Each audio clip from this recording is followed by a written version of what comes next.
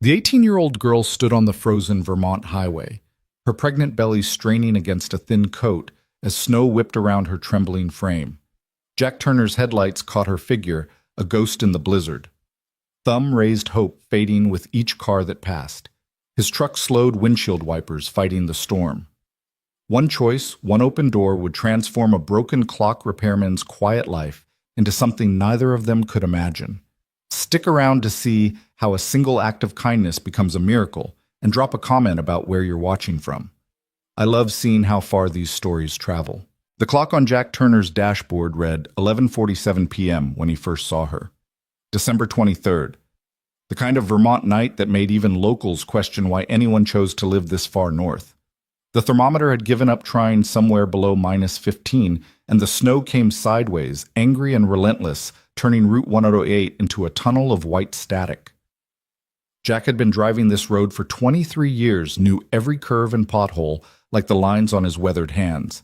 Tonight, though, something made him slow down near the abandoned Texaco station, the one that had been closed since the recession hit. Maybe it was instinct. Maybe it was the way his daughter Emma had looked at him during dinner, asking why they never helped at the church drives anymore, why they kept to themselves so much since Mama died.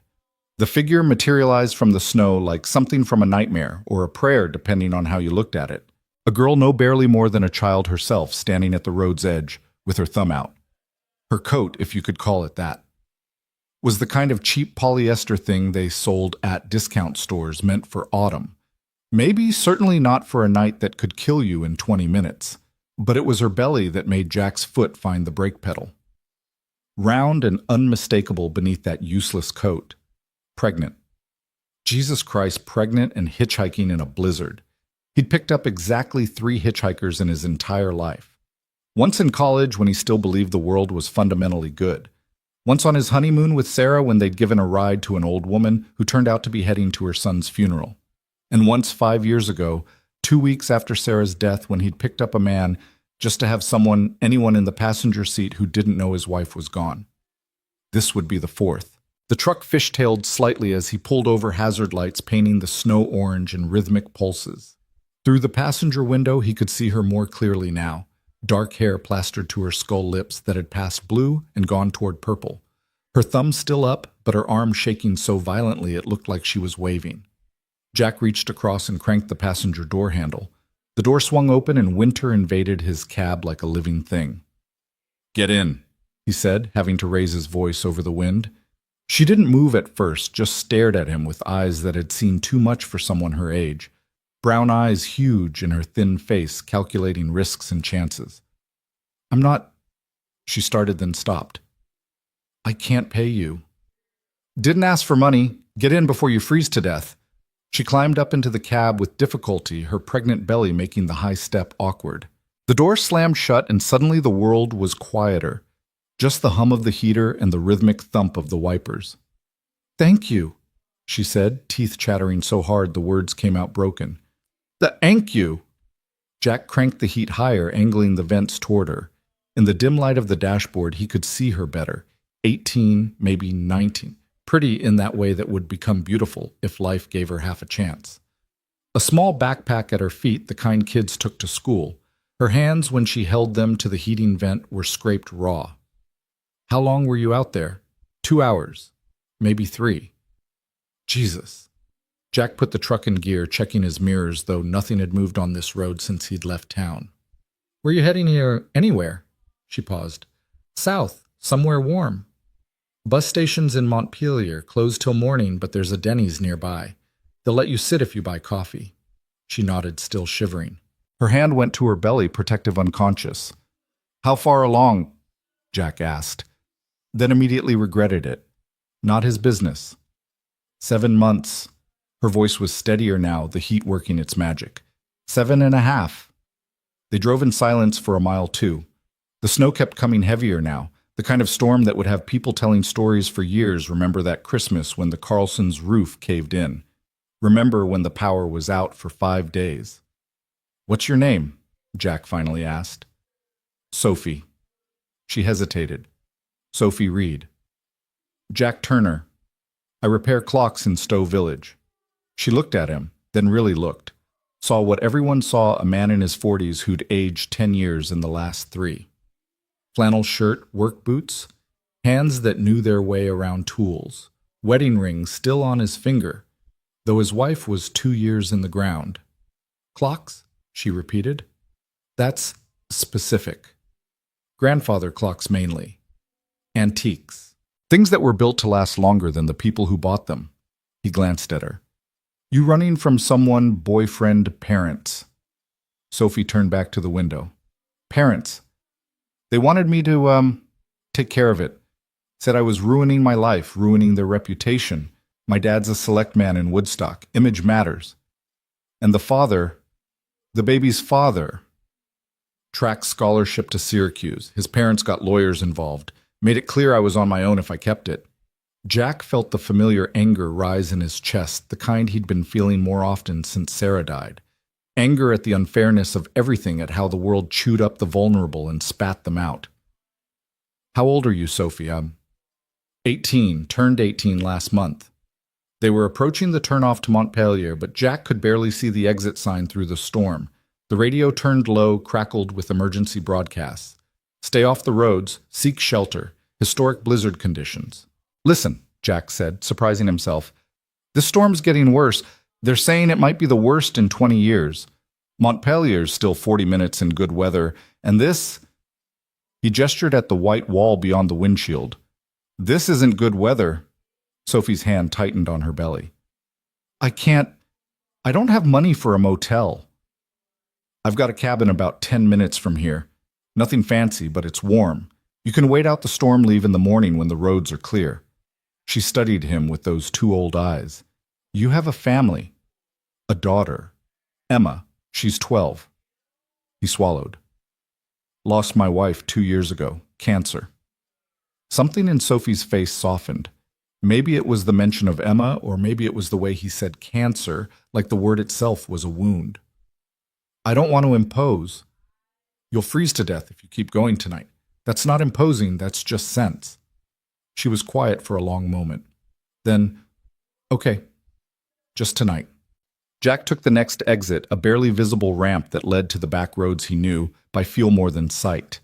The truck struggled through drifts that were already knee-high and growing. Twice they slid the back end floating dreamlike before the tires found purchase again. You're good at this, Sophie said, gripping the door handle. Lived here all my life. You learn to stay home. The cabin appeared suddenly in the headlights, a 2-story log structure with smoke still trickling from the chimney. The porch light was on. Emma always left it on when he worked late, said it was so he could find his way home. Though they both knew it was really so, she could pretend Mom might walk through the door. It's beautiful, Sophie said softly. It's home. They sat in the truck for a moment after he parked, engine ticking as it cooled. The snow had created a perfect silence, the kind that made you feel like the last people on Earth. Your daughter, will she mind? Emma doesn't mind anything that breaks routine. She's been after me to do something different for months. Jack opened his door. Come on, let's get you inside before you freeze. The walk to the front door was only 20 feet, but the wind tried to knock them sideways twice. Jack kept his hand on Sophie's elbow, steadying her. She moved carefully, protecting her belly feet, unsure on the icy walkway. The warmth inside hit them like a physical thing. Jack had left the wood stove burning, and the cabin smelled like cedar and coffee and the chocolate chip cookies Emma had made after school. Sophie stood in the doorway, dripping melting snow onto the mat, looking lost. Dad? Emma's voice came from upstairs. Is that you? Yeah, sweetheart, come down here a minute. Footsteps on the stairs, quick and light. Emma appeared in her pajamas, the ones with the penguin pattern she claimed she was too old for but still wore anyway. She stopped when she saw Sophie. Oh, hi. Emma, this is Sophie. She's going to wait out the storm here. Sophie, my daughter, Emma. Emma's eyes went immediately to Sophie's belly, then back to her face. Jack could see his daughter's mind working, processing this unexpected change to their careful routine. Hi, Sophie said, her voice small. I'm sorry to intrude. Your dad was kind enough. Are you having a baby? Emma interrupted, then immediately blushed. Sorry, that was rude. Mom always said I had no filter. It's okay. Sophie managed a small smile. Yes, I'm having a baby. When? About 2 months. Is it a boy or girl? A girl? Emma's face lit up. I always wanted a sister. I mean, not that I just meant. She stopped, flustered. Emma, why don't you show Sophie the guest room? She needs to get warm and dry. It's not really a guest room, Emma said, leading Sophie toward the stairs. It's Mom's old craft room, but Dad put a bed in there last year when Grandma came to visit. She said the stairs were going to kill her, but I think she just wanted to snoop through Mom's things. Their voices faded as they climbed the stairs. Jack stood in his living room, dripping on his own floor, wondering what the hell he'd just done. The smart thing would have been to drive her to Montpelier, storm or no storm. Leave her at the Denny's with $20 for coffee and breakfast. Stay uninvolved. Stay safe in his bubble of grief and routine. But then he thought about Sarah, what she would have said. Sarah, who brought home stray cats and lonely grocery clerks for Thanksgiving and always said yes when someone needed help. He could almost hear her voice, Jack Turner, you did exactly right. Now go make that girl something to eat. She's skin and bones, and she's eating for two. By the time Jack had changed into dry clothes and heated up leftover stew, Emma and Sophie had returned to the kitchen. Sophie wore one of Sarah's old sweaters. Emma must have dug it out of the closet. It was huge on her, making her look even younger. I hope it's okay, Sophie said, plucking at the sweater. Emma said, It's fine. Jack set a bowl of stew in front of her. Eat. She ate like she hadn't seen food in days, which Jack realized might not be far from the truth. Emma sat across from her chin, propped on her hands, watching with the intensity she usually reserved for her science experiments. Don't stare, Jack said. I'm not staring. I'm observing. Sophie smiled a little at that. What are you observing, that? You're scared, Emma said matter-of-factly. But not of us, of something else. Emma, it's okay, Sophie said. She looked at Emma directly. You're right. I am scared. Of having the baby. Of everything after. Emma considered this. My mom used to say being scared just means you're about to do something really brave. Sophie's eyes filled with tears. She blinked them back, but one escaped rolling down her cheek. Your mom sounds smart. She was, Emma said simply. She died, but she was really smart before that. The kitchen fell quiet except for the wind howling outside and the tick of the grandfather clock in the living room, one of the few Jack had kept for himself, its rhythm as familiar as his own heartbeat.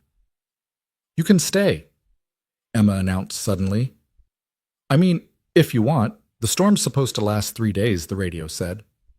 Jack started to object. This was his decision, not Emma's, but something stopped him. Maybe it was the way Sophie's hand had gone protectively to her belly again. Maybe it was the way Emma looked more animated than she'd been in months. Or maybe it was just the sound of the storm outside reminding him how cruel the world could be to those without shelter. We'll see what the morning brings, he said finally. Sophie nodded, tears still threatening. Thank you. Both of you. I thank you. After dinner, Emma insisted on showing Sophie around the cabin, chattering about everything and nothing. This is where Mom painted. This is where Dad fixes clocks. This is my room. Do you want to see my rock collection? Sophie followed, patient and kind, asking questions that made Emma beam. Jack watched from the doorway, nursing a cup of coffee. The house felt different with Sophie in it, fuller somehow, like a clock that had been running slow suddenly finding its proper rhythm. Later, after Emma had gone to bed and Sophie had retreated to the craft room, Jack sat by the wood stove, feeding it logs for the night. The storm had intensified, wind screaming around the corners of the cabin. He thought about Sophie out there on the road, what would have happened if he'd driven past like everyone else.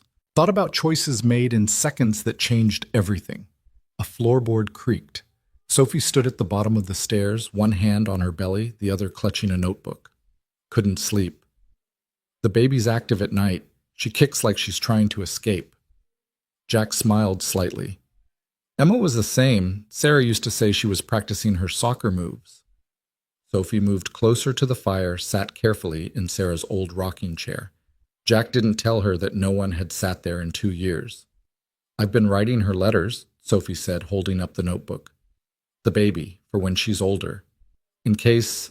She trailed off. In case what? In case I have to give her up. So she knows I loved her even if I couldn't keep her. Jack felt something twist in his chest. Are you considering adoption? I don't know. Maybe. What kind of life can I give her? I'm 18, no job, no family support. I couldn't even keep myself warm tonight. You were doing what you had to do. Was I, or was I just running? She opened the notebook pages covered in neat handwriting. I write about everything, the first time I felt her kick, the foods she seems to like, the songs I sing to her. She paused. Tonight, I'll write about the man who stopped when no one else would. They sat in comfortable silence, watching the fire. The clock in the corner chimed midnight, Christmas Eve. Do you have traditions? Sophie asked. You and Emma. We used to, haven't done much since Sarah died. Emma pretends it doesn't matter, but it does. Yeah, it does. Sophie stood with difficulty, the notebook still in her hand. Maybe this year could be different. I mean, I'll be gone tomorrow or the next day, but maybe just having someone here. Maybe. Jack agreed. She said goodnight and headed back upstairs. Jack stayed by the fire, feeding it steadily, listening to the storm and thinking about traditions, about change, about the way life sometimes forced you to choose between safety and kindness. Around 2 a.m, he finally headed to bed. He paused at the craft room door, which was slightly ajar. Inside, he could hear Sophie singing softly a lullaby he recognized but couldn't name, singing to her unborn daughter in a stranger's house while the world raged white and deadly outside. He thought about knocking, asking if she needed anything. But sometimes he'd learned people just needed to know someone was near.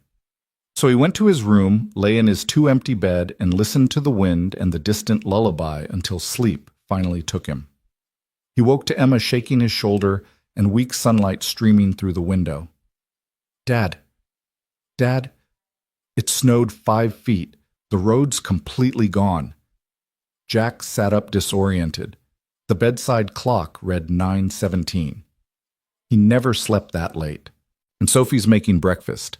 She said she wanted to contribute something, and I told her about the special Christmas Eve pancakes Mom used to make, and she said she knew how to make those, and Emma paused for breath. Can she stay? Please, just for Christmas. Through the floor, Jack could smell coffee and bacon and, yes, pancakes. Could hear Sophie moving around his kitchen like she belonged there. It's not that simple. Why not? She has nowhere to go. We have room, and it's Christmas. Jack looked at his daughter, really looked. She was smiling genuinely, smiling for the first time in months. The kind of smile that reached her eyes, the kind he'd been afraid he'd never see again. We'll ask her, he said finally. But if she wants to leave. Emma was already gone, thundering down the stairs. Sophie, Dad says you can stay for Christmas. That wasn't what he'd said, but as Jack pulled on his clothes and headed downstairs, he realized it was what he'd meant. The kitchen was transformed. Sophie had found Sarah's good plates, the ones they only used for holidays. She'd set the table with Emma's help. Jack could tell by the slightly crooked napkins, folded into shapes that were supposed to be swans, but looked more like wounded origami. I hope this is okay, Sophie said when she saw him. Emma said, It's perfect, Jack said, and meant it.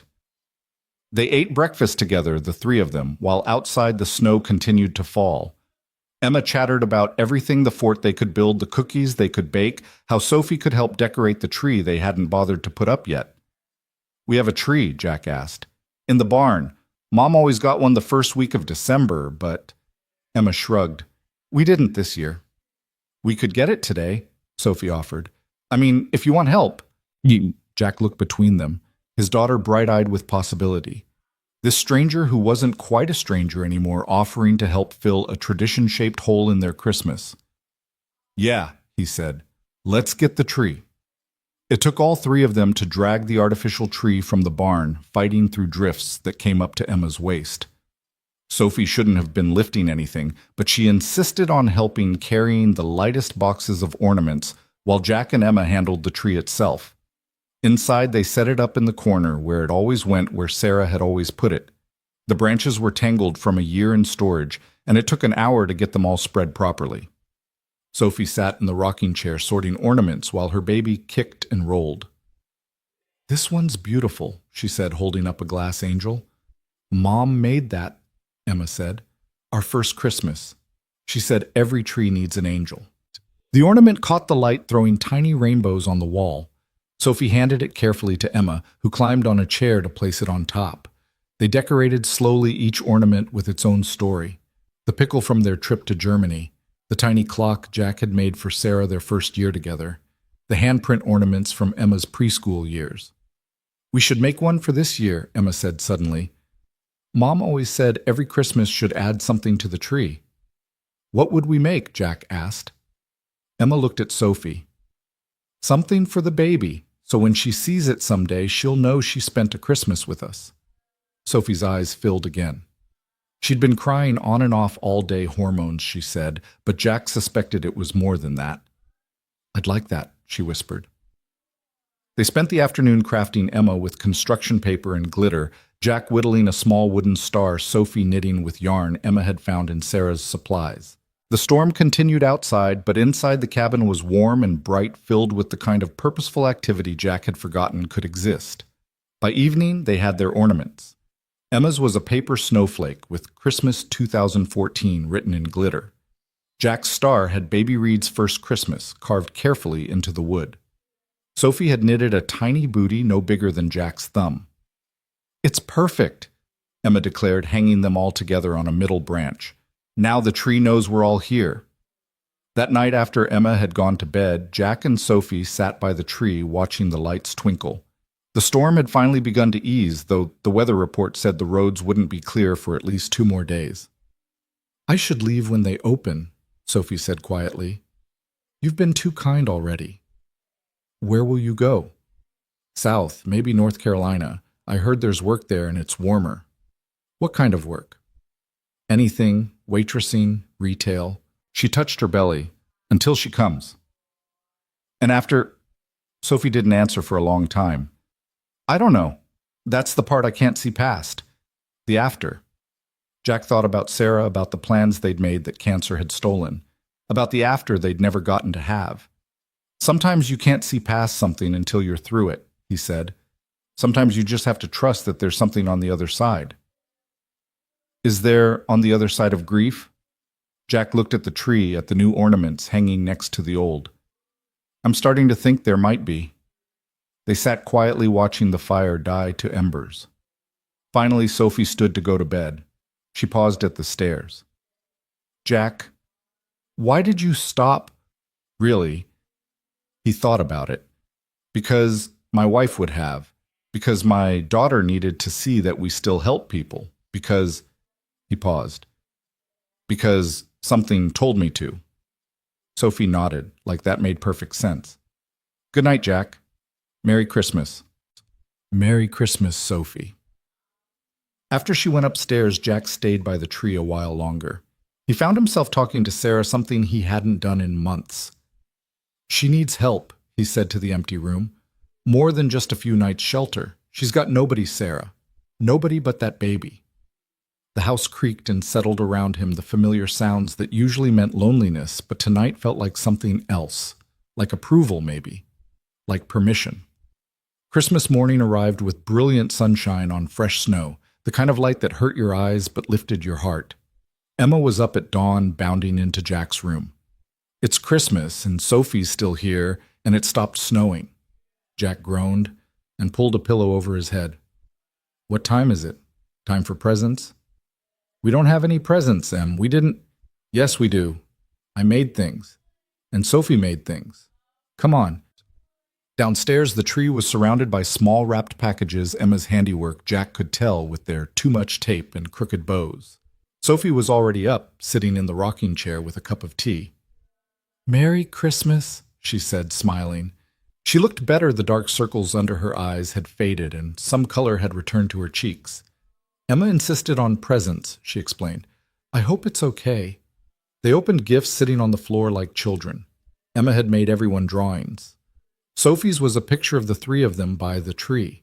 Sophie had knitted scarves from Sarah's yarn, soft and warm and slightly uneven. Jack felt embarrassed that he had nothing to give until Emma said, Dad, you gave us Christmas. That's your present. The day unfolded gently. They made too much food, played board games, took turns reading from Emma's favorite books. Sophie taught them card games her grandmother had shown her. Emma showed Sophie her rock collection, explaining each specimen in detail. As afternoon faded to evening, Jack found himself in the kitchen with Sophie, while Emma dozed on the couch, exhausted from the excitement. "The roads will be clear tomorrow," Sophie said. "The radio said the plows are out." "Yeah, I should go." "Where?" "I told you, south." Jack dried the dish in his hand, slowly thinking. "What if you didn't—" Sophie looked at him, startled. What if you stayed? Just until the baby comes. You need somewhere safe, somewhere warm. We have room." "Jack, you don't even know me." "I know you're 18 and alone. I know you're brave enough to keep a baby everyone told you to give up. I know you're kind to my daughter. I know you need help." He set down the dish. "Sarah would have offered without hesitation. I'm not as good as she was, but I'm trying." Sophie's hands went to her belly, protective as always. "What about when the baby comes? Babies cry. They need things. It would disrupt your whole life." "My life's already disrupted. Has been for 2 years." He looked toward the living room where Emma slept. "Maybe disruption isn't always bad. I can't pay rent. Don't want rent, but maybe you could help with Emma. After school when I'm working. She's been staying at the neighbors, but she hates it." Sophie was crying again, silently, tears rolling down her cheeks. "Why are you doing this?" Jack thought about all the complicated reasons about grief and loneliness and the way the cabin had felt alive these past 2 days. But in the end, he said the simplest truth because it's right. Sophie wiped her eyes with her sleeve, Sarah's sleeve, really. "Can I think about it?" "Of course." That night, the three of them watched the stars come out clearer than they'd been in weeks. The snow sparkled in the moonlight, pristine and perfect. Emma, awake again, pointed out constellations she'd learned from her mother. "That's Orion," she said. "Mom said he was a hunter, but I think he looks more like he's dancing." "Everything looks like dancing to you," Jack said, ruffling her hair. "Sophie, do you know any constellations?" Emma asked. "Just one. The North Star. My grandmother said if you're ever lost, find the North Star and you can find your way home." "But what if you don't have a home?" Emma asked with the innocent directness of children. Sophie looked at Jack, then at Emma. "Then maybe you follow it until you find one." The next morning, Jack woke early and made coffee, expecting to find Sophie packed and ready to leave. Instead, he found her in the rocking chair writing in her notebook. "Morning," she said without looking up. "Morning. Writing to the baby. Actually," she closed the notebook. "Writing to you, a list of things I can do to help, if the offer's still open." Jack sat down across from her. "It's open." "Then yes, I'll stay until I figure out what comes next." Emma, who had apparently been listening from the stairs, let out a whoop and came running. "Really? You're staying?" "For a while?" Sophie said carefully. "If that's okay." "It's more than okay. We can fix up the craft room better, and I can help with the baby when she comes, and—" Emma stopped suddenly. "Wait, what's the baby's name?" Sophie looked down at her belly. "Grace? Her name is Grace." "Grace?" Emma repeated. "I like it. It sounds like something good is about to happen." Jack met Sophie's eyes over Emma's head. Something in her face had shifted, opened, like she was allowing herself for the first time in months to hope. "Yeah," Sophie said softly. "Something good." Outside, the snowplow rumbled past, clearing the road, opening the way to anywhere Sophie might have gone. But inside the cabin, with morning light streaming through the windows and Emma chattering about all the things they could do together, Sophie stayed. She picked up her knitting, a tiny sweater for Grace, and began another row, her fingers steady and sure. Jack watched them, his daughter and this young woman who'd appeared out of the storm, and felt something he hadn't felt in 2 years. Not happiness exactly, not yet, but the possibility of it. The promise that life, despite all evidence to the contrary, could still surprise you with unexpected gifts. The grandfather clock in the corner chimed 9 times, marking the hour. Marking the moment when 3 lonely people began the delicate process of becoming something else. Something more. a family, maybe, in time. But for now, it was enough that they were warm, they were safe, and they were together. The storm had passed, leaving the world white and new and full of possibilities. Sophie began a new letter in her notebook. Dear Grace, today I found something I wasn't looking for. A man who fixes broken clocks and a girl who collects rocks and sees dancers in the stars. They've given us shelter, but more than that, they've given us hope. Your mama was lost, little one, following her North Star down an empty highway. But sometimes, if you're very lucky, the star leads you exactly where you need to be. Sometimes it leads you home. The weeks that followed Christmas melted into each other like snow running off the roof in sudden January sunshine. Sophie had unpacked her meager belongings into the craft room, which Emma insisted on calling Sophie's room. Now, though Sophie still felt like she was borrowing someone else's space. Sarah's supplies still filled the closets, yarn sorted by color canvases that would never be painted, brushes standing at attention in mason jars like soldiers waiting for orders that would never come.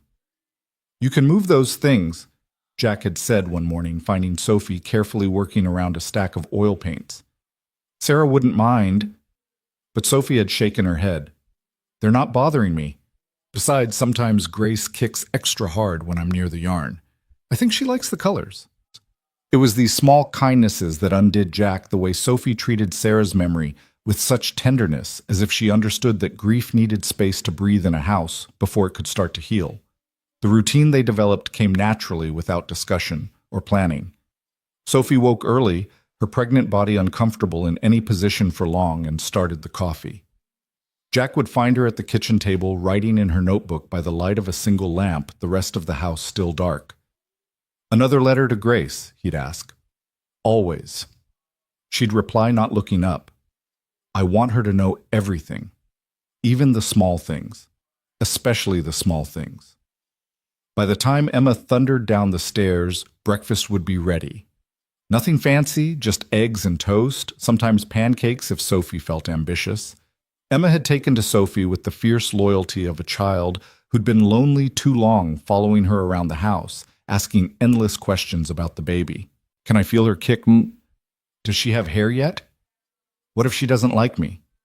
Impossible, Sophie would say to that last one, guiding Emma's hand to the spot where Grace was performing her morning gymnastics. She already knows your voice. You're going to be her favorite person. Jack watched these interactions from the doorway of his workshop, where he'd relocated his clock repair business after Sarah died, unable to face the sympathy of customers at the shop in town. The steady tick-tock of multiple timepieces filled the barn, a mechanical heartbeat that had once comforted him, but now seemed to mock the way time kept moving without Sarah. But something was shifting. The clocks didn't sound mournful anymore. They sounded like possibility. One afternoon in late January, Sophie struggled to get comfortable in the rocking chair, her belly now huge at 8 months. Jack was adjusting the escapement on a particularly stubborn grandmother clock when she appeared in his workshop doorway. Jack, I need to tell you something. He set down his tools, worried. Is it the baby? Are you... No, Grace is fine. It's just... She moved into the workshop, running her finger along the edge of his workbench. My parents called the Thompsons. The neighbors, they wanted to know if anyone had seen me. Jack's hands stilled. What did the Thompsons say? Nothing. Mrs. Thompson told them she hadn't seen any young pregnant girls around, but Jack, if they're looking... She trailed off, one hand protective on her belly. They can't make you go back. You're 18. I know, but my father, he's persistent. He doesn't like loose ends, and a pregnant daughter who ran away is a pretty big loose end. That evening, after Emma was asleep, Jack found Sophie on the porch, despite the cold, wrapped in one of Sarah's quilts, watching the stars. You're scared they'll find you, he said, settling into the chair beside her. I'm scared they'll make me feel like that girl again. The one who was ruining everything just by existing. She pulled the quilt tighter. Here with you and Emma, I don't feel like her. I feel like maybe I could actually do this. Be a mother. Be something more than a disappointment. You are more than that. How do you know you've known me a month? Jack thought about it. I know because I watch you with Emma. I see how patient you are when she asks the same question 5 times. I see how you've brought music back into this house. Don't think I haven't heard you singing while you cook. I see how you treat Sarah's things with respect, how you've made yourself useful without being asked. He paused. I see how you love that baby already, even though she's brought you nothing but trouble. Sophie was crying again. She cried so easily these days. She hasn't brought me trouble. She brought me here. Then maybe, Jack said carefully, you should stop running from where you came from and start running toward where you're going. The next morning, Sophie asked to borrow the truck. I need to get some things for Grace. I've been putting it off, but she gestured at her belly. Running out of time. I'll drive you. No, I should do this myself, please. Jack handed her the keys, worried but trying not to show it. The roads are clear, but if you feel any contractions, I'll come straight back, promise. She was gone for 4 hours.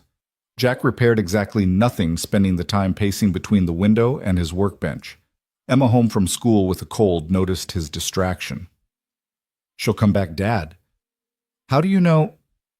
Emma held up Sophie's notebook left on the kitchen table. She wouldn't leave this. It's all her letters to Grace.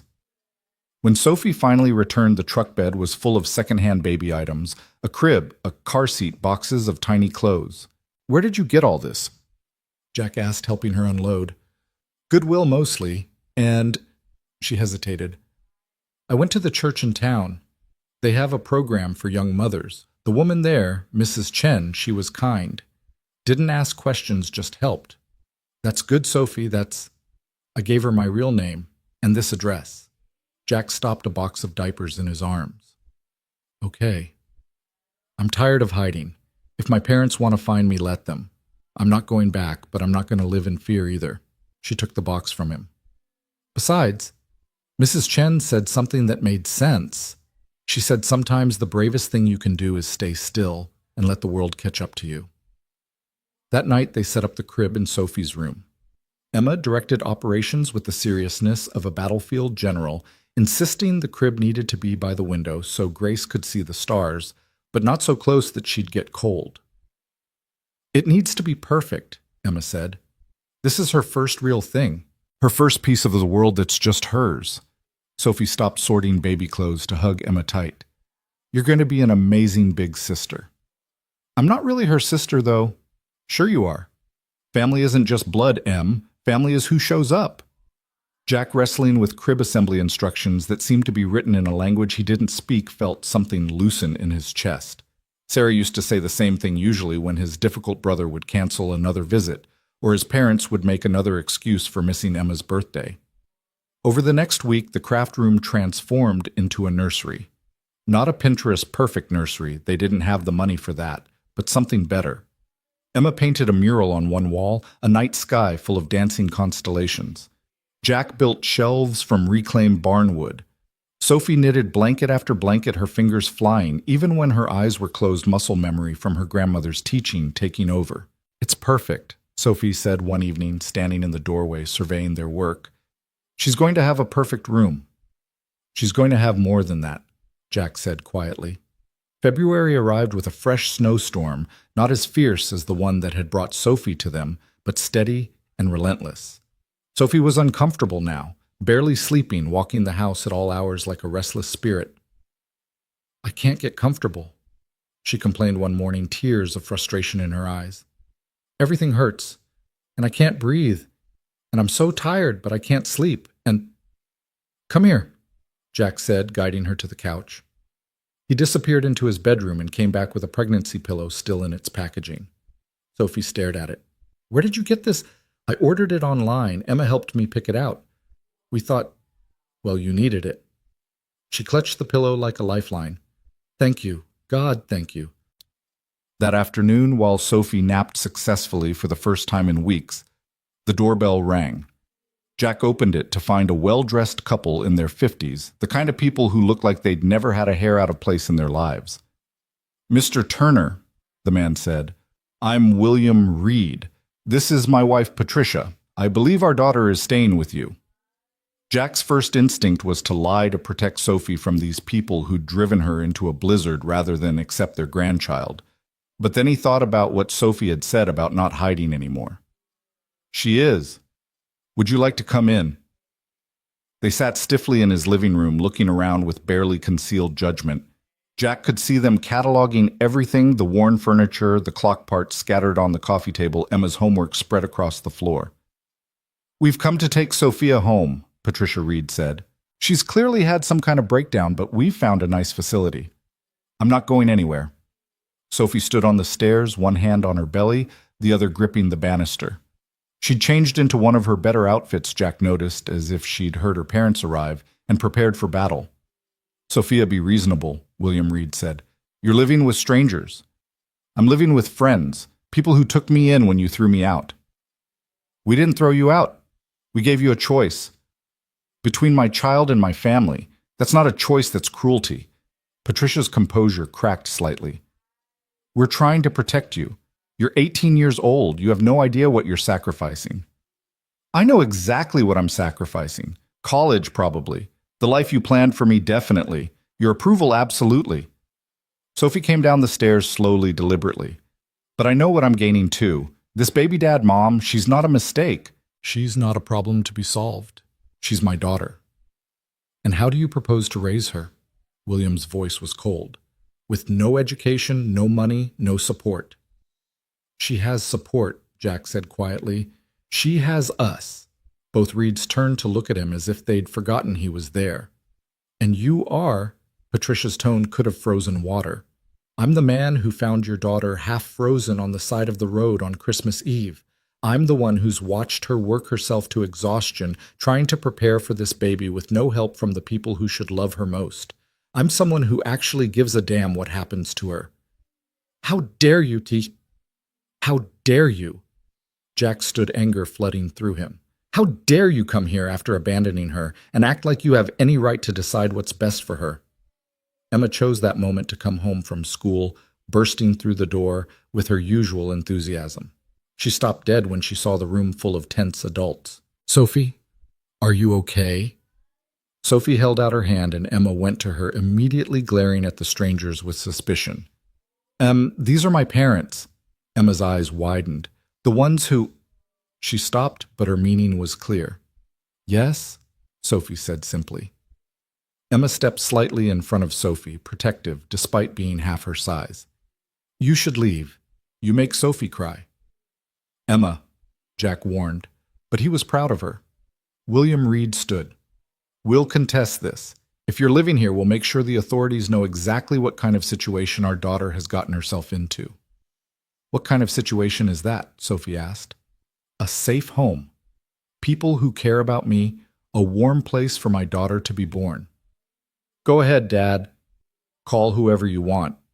Tell them your pregnant teenage daughter found a better family than the one she was born into." The words hung in the air like a challenge. Patricia Reed's face crumpled for just a moment, showing something that might have been regret, but William took her arm and steered her toward the door. "This isn't over," he said. "Yes, it is," Sophie replied.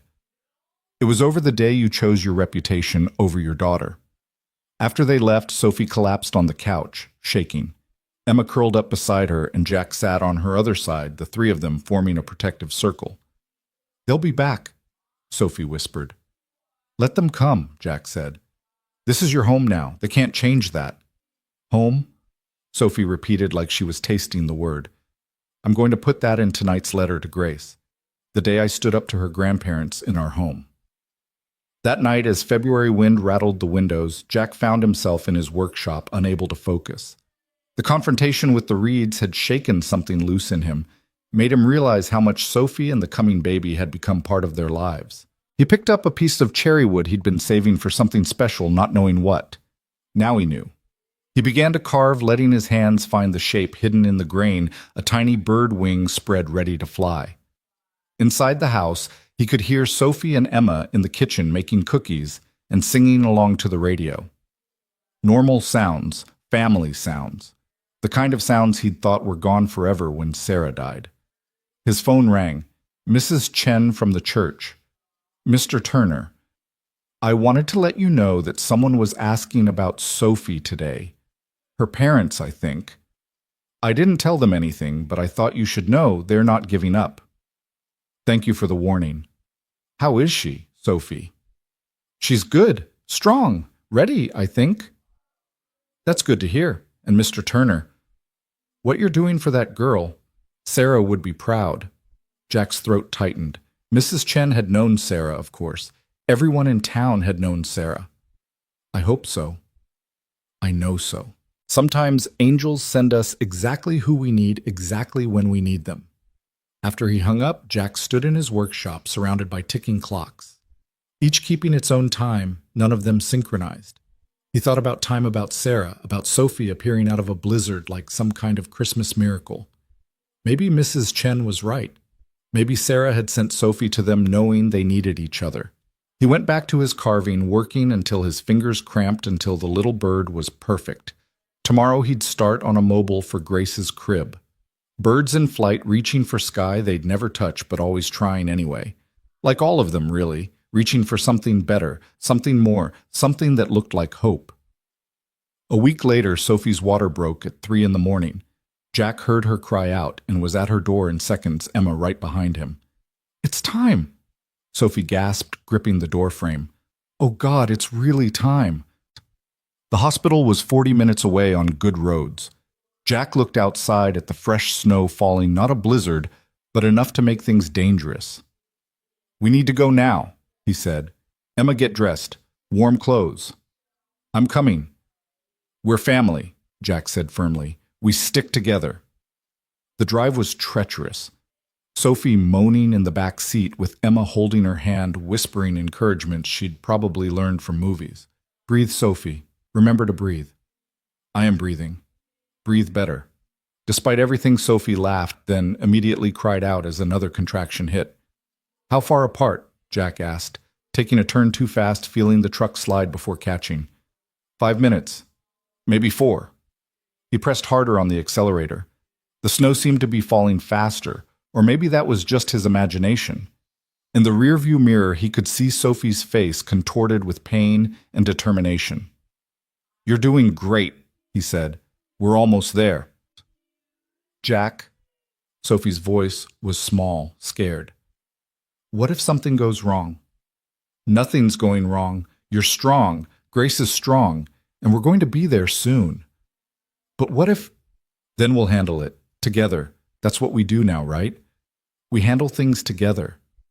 Emma squeezed Sophie's hand harder. "Dad's right. We're together. All of us. Even Grace.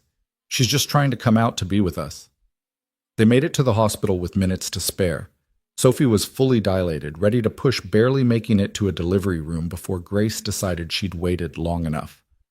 "I want them with me," Sophie gasped to the nurse. "They're my family." The nurse looked at Jack, probably assuming he was the father, then at Emma. "The girl should wait outside. Please," Sophie begged. "Please, I need them both." The nurse relented, maybe seeing something in Sophie's eyes that said this wasn't a normal situation, that normal rules didn't apply here. What followed was 2 hours of the most intense experience of Jack's life since Sarah's death. Sophie was fierce, fighting through each contraction with a determination that reminded him of Sarah bringing Emma into the world. Emma stood by Sophie's head, stroking her hair, whispering a constant stream of encouragement. "You're so strong, Sophie. You're doing so good. Grace is almost here. She's almost here." Jack held Sophie's other hand, letting her squeeze hard enough to bruise, not caring about anything except being present, being steady, being what she needed. "I can't," Sophie sobbed at one point. "I can't do this." "You can," Jack said firmly. "You are doing it. You're almost there." "One more push," the doctor said. "One more big push." Sophie bore down with everything she had left, a scream tearing from her throat that was pure power, pure determination, pure love. And then suddenly, a different cry filled the room, tiny, indignant, absolutely perfect. "It's a girl," the doctor announced, unnecessarily placing the squirming, vernix-covered baby on Sophie's chest. Sophie was sobbing, laughing, shaking all at once. "Hi, Grace. Hi, baby girl. I'm your mama. I'm your mama, and I love you so much." Emma was crying too, and when Jack looked at her, he realized he was as well. They stood there, the three of them, clustered around this tiny new life, and Jack felt something shift in the universe, pieces clicking into place that he hadn't even known were scattered. She's perfect, Emma breathed. Look at her tiny fingers. Grace was indeed perfect, with a full head of dark hair like her mother's, and a powerful set of lungs that she was using to express her displeasure at being born. Do you want to cut the cord? The nurse asked Jack. He looked at Sophie, who nodded. His hands were steady as he made the cut separating Grace from her mother physically, but not in any way that mattered. Later, after Grace had been cleaned and measured and declared healthy after Sophie had been moved to a recovery room after the adrenaline had worn off, leaving them all exhausted, Jack sat in a chair holding Grace while Sophie slept. The baby was impossibly small in his arms, reminding him of holding Emma for the first time. But this was different. Emma had been his by blood, by law, by all the conventional measures. Grace was his by choice, by circumstance, by something that felt bigger than biology. Hi, Grace, he whispered. I'm Jack. I'm not your grandfather, not really, but I'm going to love you like one anyway. Your mama is very brave, you know, the bravest person I know. And Emma, that's the girl who's currently drooling on your mama's hospital bed. She's going to teach you everything about being fierce and funny and kind. Grace made a small sound, not quite a cry, more like acknowledgement. And me? I'm going to teach you about time, how it moves in circles, not lines, how the important moments come back around if you're patient, how broken things can be fixed if you know where to look for the missing pieces. Sophie stirred, opened her eyes. Is she okay? She's perfect. Want her back? Always. Jack transferred Grace carefully, watching Sophie's face transform with love and wonder as she looked at her daughter. I did it, she whispered. I really did it. You did. No, we did. I couldn't have... Jack, if you hadn't stopped that night... But I did stop. That's what matters. Emma woke up, then immediately alert. Is Grace okay? Can I hold her? Sophie showed Emma how to support Grace's head, how to hold her safe and secure. Emma's face was serious with responsibility and soft with wonder. Hi, Grace, Emma said. I'm Emma. I'm going to be your big sister, not by blood but by choice, which Mom always said was stronger anyway. Watching them, these three people who'd become his world, Jack thought about Sarah again, about loss and finding, about the way life could break you and remake you into something different, but not necessarily worse. About Grace, the concept, and the baby, and how both had arrived in a storm to save them all. Thank you, Sophie said quietly, looking at Jack over Emma's head. For everything. Thank you, Jack replied, meaning it. For coming out of the storm. Outside the hospital window, dawn was breaking over the mountains, painting the snow-covered peaks gold and pink. A new day, a new beginning.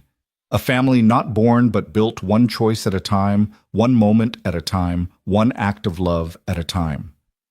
Sophie opened her notebook. Emma had thought to grab it, and began writing with her free hand while Grace nursed. Dear Grace, you were born at 5:47 a.m. on February 14th, Valentine's Day, which is perfect because you are so loved. The first person to hold you after me was Jack, who saved us both on a snowy night. The first person to sing to you was Emma, who has been waiting for you since Christmas.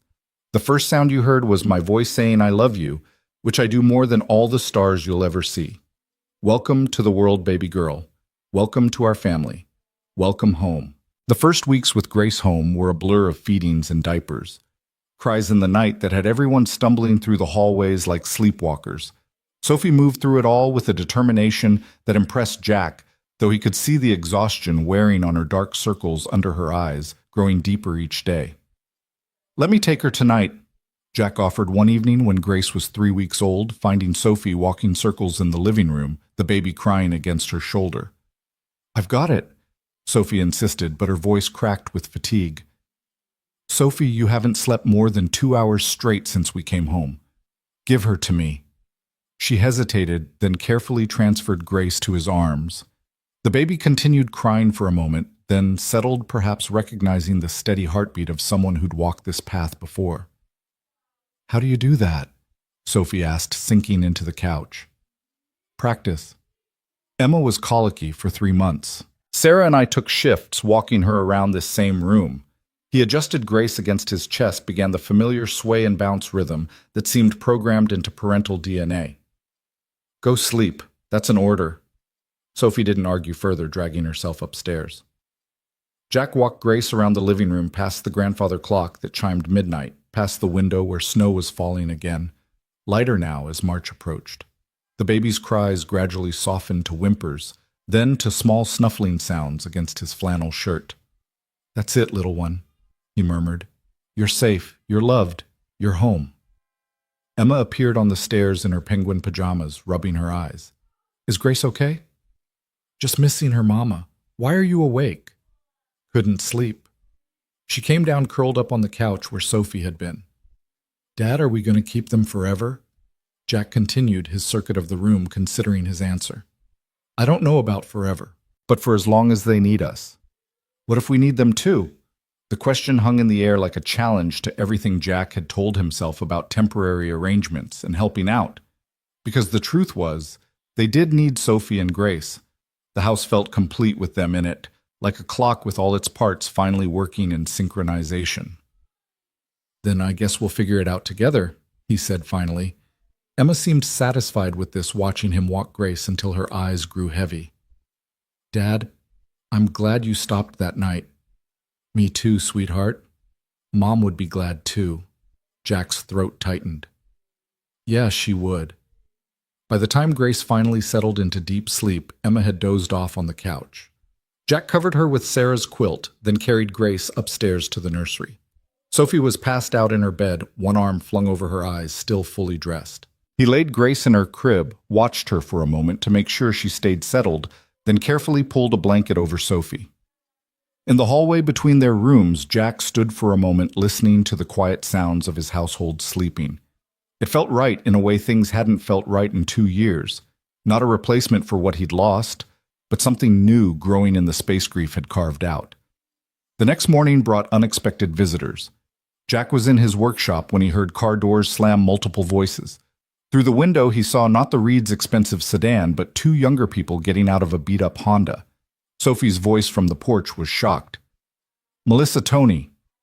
Jack came out to find Sophie being embraced by a young woman who looked enough like her to be a sister, while a lanky boy hung back, hands shoved in his pockets. "Your parents have been telling everyone you lost your mind and ran away," Melissa was saying. "But Chen at the church told me where you really were." "Sophie, why didn't you call me?" I thought you'd side with them." "I'm your sister. I don't care what Mom and Dad say, you're my sister." The boy Tony apparently finally spoke. "Is it true you had the baby?" "Yeah." Sophie's voice was defensive. "Grace. Her name is Grace." "Can we see her?" Sophie looked at Jack, uncertain. He nodded. "Bring them in. Emma's giving her a bottle in the kitchen."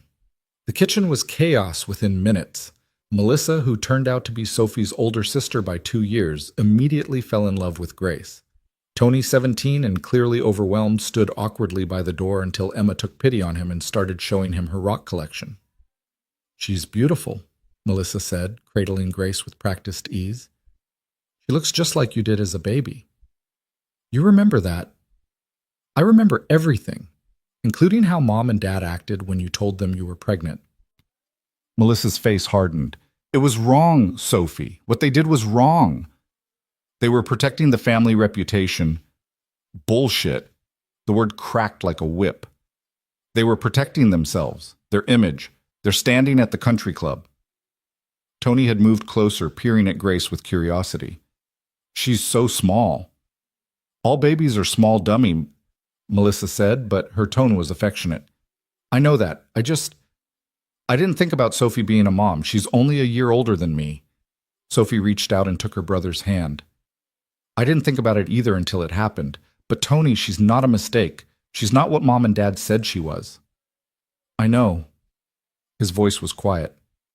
"I told them that. That's why they grounded me." "You stood up to them." "Someone had to. After you left, the house got really quiet, like scary quiet. Mom cries when she thinks no one's watching. Dad just works all the time." He shrugged, trying for casual and missing. "It sucks." Melissa handed Grace back to Sophie. "We can't stay long. If they find out we came here, they'll kick you out too." "Maybe. Probably." Melissa met Sophie's eyes. "But you're my sister. Grace is my niece. That matters more than their approval. They stayed for 2 hours, Melissa catching Sophie up on family news, Tony playing some complicated card game with Emma that seemed to involve a lot of shouting. Jack made sandwiches, observing the siblings seeing the shapes of the family Sophie had lost. As they prepared to leave, Melissa pulled Jack aside. "Thank you for taking care of her. She needed someone, and we failed her. She's taking care of herself. We're just providing space for her to do it." "It's more than that." Melissa glanced at Sophie, who was showing Tony how to hold Grace. "She's different, stronger. Before, with our parents, she was always trying to be perfect to earn their love. Here, she just is." "She's remarkable," Jack said simply. "Yeah, she always was. Parents just couldn't see it." After they left with promises to visit again and secret phone numbers exchanged, Sophie sat in the rocking chair with Grace, tears streaming down her face. "They came," she kept saying. "They actually came." "Family shows up," Emma said, matter of fact as always. "The real kind, anyway." That evening, while Sophie nursed Grace and Emma did homework at the kitchen table, Jack's phone rang. The number was unfamiliar. "Mr. Turner, this is Daniel Morrison from Morrison, Keller and Associates. Lawyers." Jack's stomach clenched. "Yes. I'm representing William and Patricia Reed in the matter of their daughter Sophia Reed and their granddaughter. We need to discuss arrangements for the child." "What kind of arrangements?" "My clients are prepared to offer a substantial sum for legal guardianship of the infant. They feel, given their daughter's age and circumstances, that this would be in everyone's best interest." Jack's hand tightened on the phone. "They want to buy Grace." Sophie's head snapped up from across the room, eyes wide with panic. "That's a crude way of putting it. They want to provide for their granddaughter's future. And Sophie would be free to pursue her education and life goals without the burden of single motherhood." "I see. And what does Sophie think about this generous offer? We haven't approached Miss Reed directly. We thought it best to go through you as the current housing provider." Jack looked at Sophie, who was clutching Grace tight, shaking her head violently. "Mr. Morrison, you can tell the Reeds that Grace is not for sale. Neither is Sophie's motherhood. If they want a relationship with their granddaughter, they can start by accepting their daughter. Good evening." He hung up before the lawyer could respond. "They want to take her," Sophie whispered. "They want to take my baby." "They can't. You're her mother. You're an adult. They have no legal grounds." "They have money, lawyers, connections." Jack crossed the room, knelt in front of the rocking chair. Sophie, look at me. "They cannot take Grace. I won't let them." "How can you stop them?" "Because I know every judge in this county. Because Sarah's uncle is the district attorney. Because this community protects its own, and you're one of ours now." He put his hand over hers where it rested on Grace's back. "Because I will fight them with everything I have before I let them destroy what you've built here." Emma had abandoned her homework to stand beside Sophie's chair. "Me too. I'll fight too." "We all will," Jack said firmly. That night, Sophie wrote in her notebook for longer than usual. Jack could hear her pen scratching across paper until well past midnight. In the morning, he found her at the kitchen table, notebook closed in front of her. "I've been thinking," she said, "about the future." Jack poured coffee, waited. "I can't live here forever. It's not fair to you and Emma." "Sophie, let me finish. I need to go to school, get a degree, build something stable for Grace. But," she looked up at him, "I don't want to leave. This place, you and Emma, you're the only real family Grace and I have now. So don't leave. It's not that simple." "Why not?" Jack sat across from her. "There's a community college in Montpelier, 30-minute drive. They have a nursing program. I looked it up." Sophie stared at him. "You looked it up?" "Emma did, actually. She's convinced you should be a nurse because you're good at taking care of people. I can't afford financial aid, grants for single mothers, work-study programs. Sophie, if you want to go to school, we'll find a way. And Grace? We'll figure it out. Emma's in school most of the day. I work from home. Mrs. Thompson next door used to run a daycare, might be willing to watch Grace a few hours a day." He leaned forward. "Stop looking for reasons it won't work and start looking for ways it will." Sophie's eyes filled with tears. Why are you doing this, really? Jack thought about the real answer beneath all the practical reasons. Because you belong here. Both of you. Because Emma needs you, and maybe I do too. Because Sarah would have loved you and would have already had your whole life planned out, probably with color-coded schedules and labeled folders. Sophie laughed through her tears. I found some of those folders. She was very organized. Desperately organized. It was adorable and terrifying. They sat quietly for a moment, Grace starting to fuss in her bouncy seat. Sophie picked her up, settled her for nursing. If I stayed, Sophie said carefully, it would change things, make them more permanent. People would talk. People already talk. Let them. Your in-laws.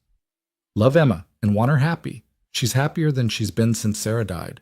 And you. Jack considered lying, keeping things safe and undefined. But Sophie deserved truth. I'm happier too. Not the same happy as before that's gone, but something new. Something I didn't think I'd feel again. Sophie studied his face. Okay. Okay, I'll stay. I'll apply to the community college. We'll figure it out. Emma, who'd obviously been listening from the stairs, let out a whoop and came running. Really? You're really staying? Really? Sophie confirmed, laughing as Emma threw her arms around her, careful of Grace. This is the best day ever. We need to celebrate. Dad, can we make a cake? It's 7 a.m. So cake for breakfast. And somehow that's what they did. Made a lopsided chocolate cake at 7 a.m, ate it with milk while Grace watched from her bouncy seat with serious dark eyes. Emma got frosting on her nose. Sophie laughed until she couldn't breathe, and Jack felt something shift and settle in his chest like a clock finally finding its rhythm after being broken. 3 days later, the Reeds showed up again. This time, Jack was ready. William Reed stood on the porch with his lawyer Patricia behind them, looking pale and drawn. Sophie was upstairs with Grace, but Jack had called Sarah's uncle, District Attorney Tom Mitchell, who stood beside him. Mr. Reed, Tom said pleasantly, I hear you're trying to buy your granddaughter. William's face flushed. That's not, we're trying to ensure she has proper care. She has proper care. I've been out here myself, seen the setup. Sophie's doing a fine job. She's 18, and legally an adult, making her own decisions, raising her daughter with help from good people. Tom's voice hardened. Now you can either accept that and try to build a relationship with your daughter and granddaughter, or you can keep pushing this and find out just how unfriendly this county can be to outsiders who try to break up families. The lawyer whispered urgently to William, who looked like he wanted to argue, but thought better of it. Patricia stepped forward suddenly. Can I see her, the baby? Everyone turned to look at her. Patricia, William started. I just want to see her, Patricia said, and for the first time she looked less like a perfect political wife and more like a grieving grandmother. Please. Jack looked up at the window where Sophie stood, watching Grace in her arms. She hesitated, then nodded. Come in, Jack said. Just you. Patricia followed him inside, William sputtering on the porch. Sophie came downstairs slowly, Grace awake and alert in her arms. Hi, Mom, Sophie said quietly. Patricia's composure crumbled entirely. Oh, Sophia, she's beautiful. Do you want to hold her? Patricia nodded, unable to speak. Sophie carefully transferred Grace, who looked up at her grandmother with those serious dark eyes. Her name is Grace, Sophie said. Grace Patricia. Patricia looked up sharply. You gave her my name. You're still my mother. That hasn't changed. Patricia sank into the couch, cradling Grace like she was made of spun glass. I've missed so much already. She's almost 6 weeks old, and I've missed everything. That was your choice, Sophie said, not unkindly but firmly. Your father made his position clear. What's yours? Mom. Patricia looked at Grace, then at Sophie. I want to know my granddaughter. She took a shaky breath. I want my daughter back. I never left. You pushed me away. I know. I was wrong. We were wrong. Patricia looked around the room, taking in the comfortable chaos of baby items mixed with clock parts and Emma's school projects. You've built a good life here. They're good people. Yes, I can see that. Patricia stood reluctantly, handing Grace back. Your father won't apologize. His pride won't let him, but I will. I'm sorry, Sophia. I'm so sorry. Sophie started crying, which made Grace start crying, which made Patricia start crying. Emma, who'd been hiding in the kitchen, came out with a box of tissues. Everybody's always crying since Grace came, she announced. Happy tears, sad tears, tired tears, so many tears. Patricia laughed shakily. You must be Emma. Yes, ma'am. Sophie's teaching me to knit. Want to see?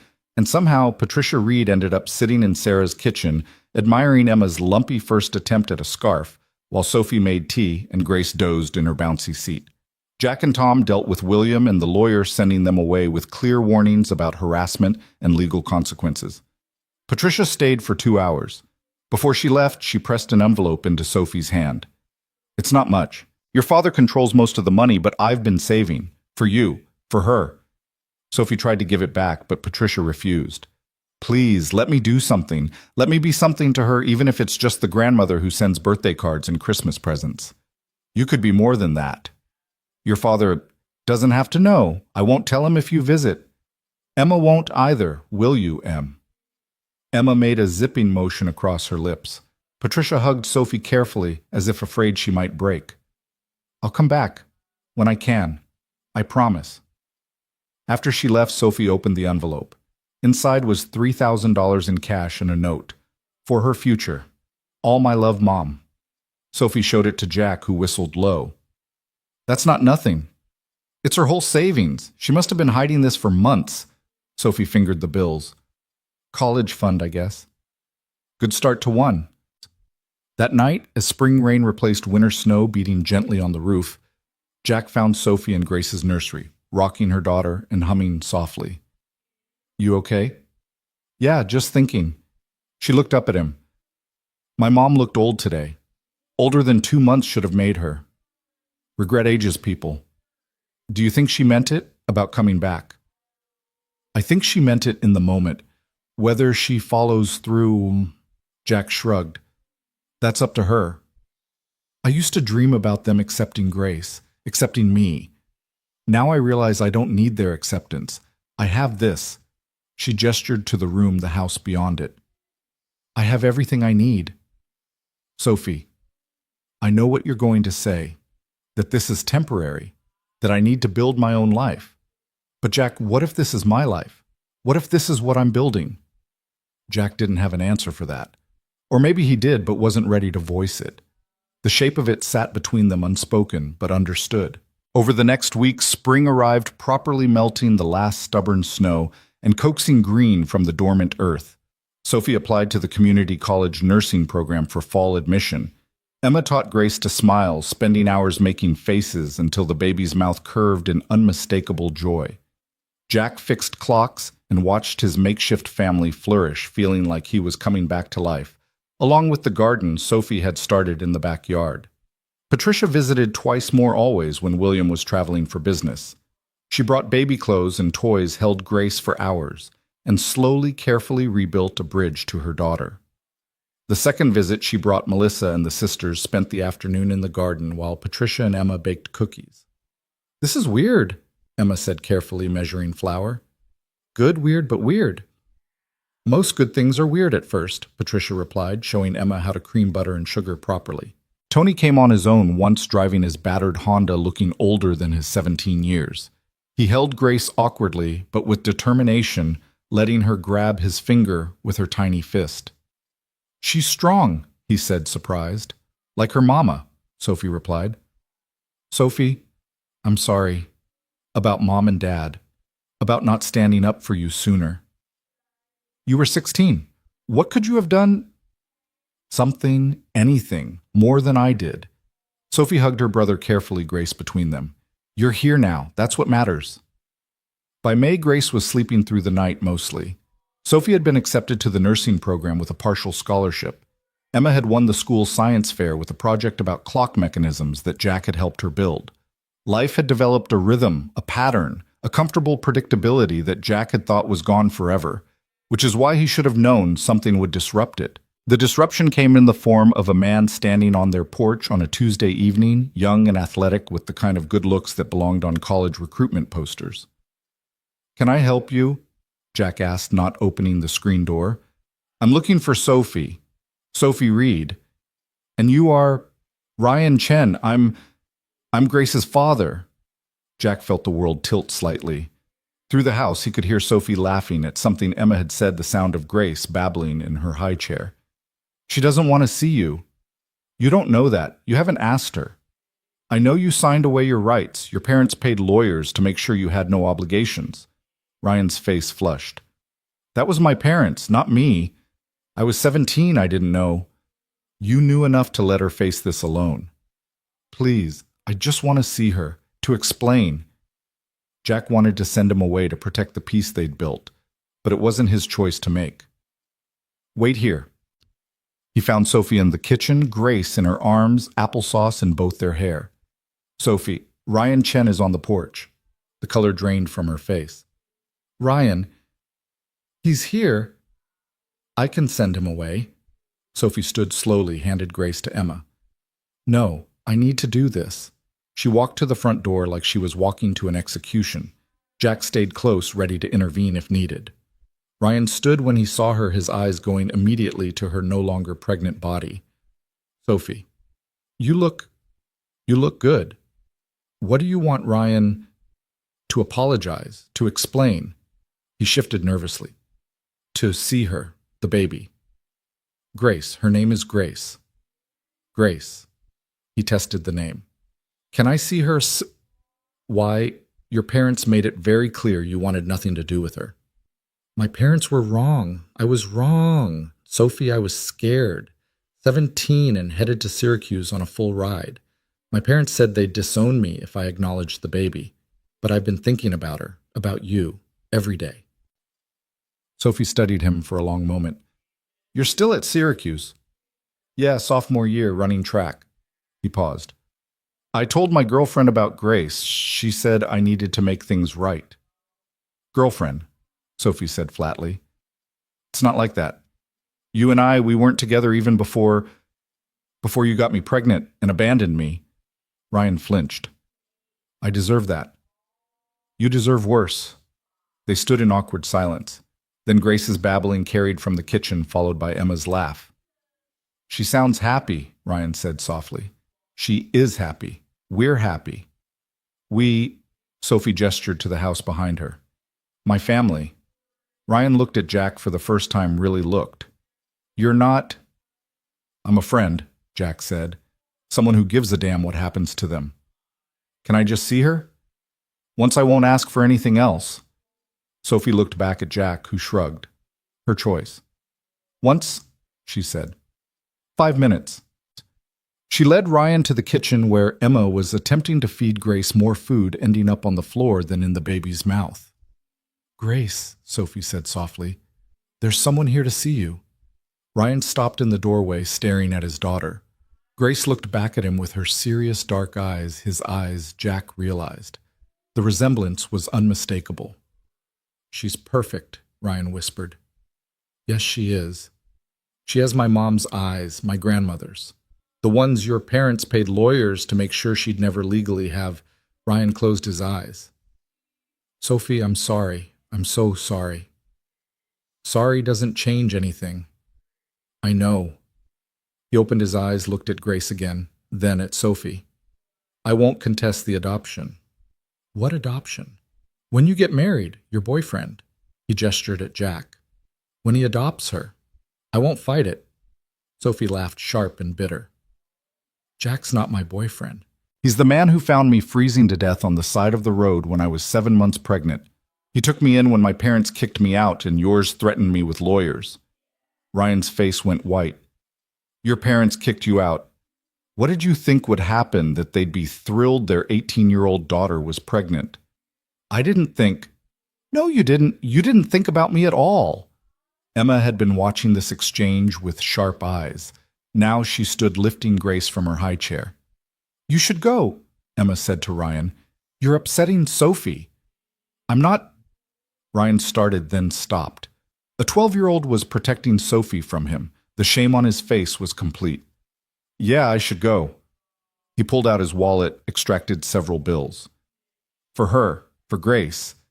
Sophie didn't take it. We don't need your money. Please, it's not much, but we don't need your money. Each word was carved from ice. Ryan put the money away slowly. Would it be okay if I sent things sometimes? Not to see her, just birthday presents. Christmas. Sophie looked at Grace, who was playing with Emma's necklace, oblivious to the drama around her. I'll think about it. Ryan nodded, defeated. I really am sorry, Sophie, for all of it. He left quickly, almost running to his car. Sophie sank into a chair, shaking. You okay? Jack asked. I don't know. I thought I'd feel angry. I do feel angry, but also, she trailed off. Sad, relieved. He's not going to fight for her. He's not going to disrupt her life. She reached for Grace, who went to her happily babbling, Mama, mama. She's mine. Just mine. Ours, Emma corrected. She's ours. Sophie smiled shakily. Yeah, ours. That night, after everyone was asleep, Jack stood in his workshop, unable to focus on the mantel clock that needed repair. He kept thinking about Ryan's assumption that he and Sophie were together, that he would adopt Grace. The idea should have been ridiculous. He was 25 years older than Sophie, for God's sake, old enough to be her father. But the way they lived, the way they moved around each other, the way they were raising the girls together, it did look like a family. It felt like a family. He picked up the wooden bird he'd carved for Grace's mobile, turned it over in his hands. Such a small thing, but it connected them. All the small things did. The way Sophie knew how he took his coffee. The way he knew she wrote in her notebook when she couldn't sleep. The way Emma looked to both of them for permission comfort answers. The way Grace lit up when any of them entered a room. Not a romance maybe, but something. Something important. Something worth protecting. A soft knock interrupted his thoughts. Sophie stood in the doorway in one of Sarah's old robes, notebook in hand. Couldn't sleep. Grace is actually sleeping for once. My mind won't stop. About Ryan. About everything. She came into the workshop, touched the clocks lining the shelves. Do you ever wonder what would have happened if you hadn't stopped that night? Don't. Don't what? Don't go down that road. It leads nowhere good. But you're here. Grace is here. That's what matters. Sophie picked up one of his tools, a tiny screwdriver. Ryan thought we were together. I know. Everyone probably thinks that. Probably. Doesn't it bother you?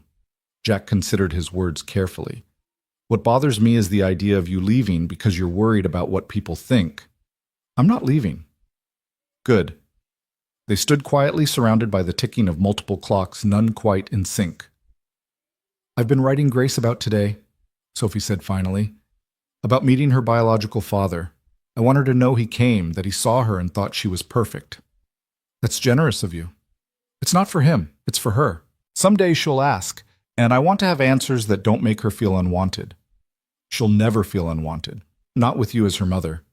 Sophie's eyes filled. Do you really think I'm a good mother? I think you're an extraordinary mother. I watch you with her Sophie. The patience, the love, the way you put her needs before everything else. That's what good mothers do. I learned from Sarah. You never met Sarah? No, but I live in her house. I see her organization systems, her note-taking, her careful plans. I see how she raised Emma confident and kind and brave. I see how she loved you in all the pictures, all the little touches throughout this place. Sophie met his eyes. I learned from her ghost. Jack's throat was too tight to speak. Sophie stepped closer, rose on her toes, and kissed his cheek softly.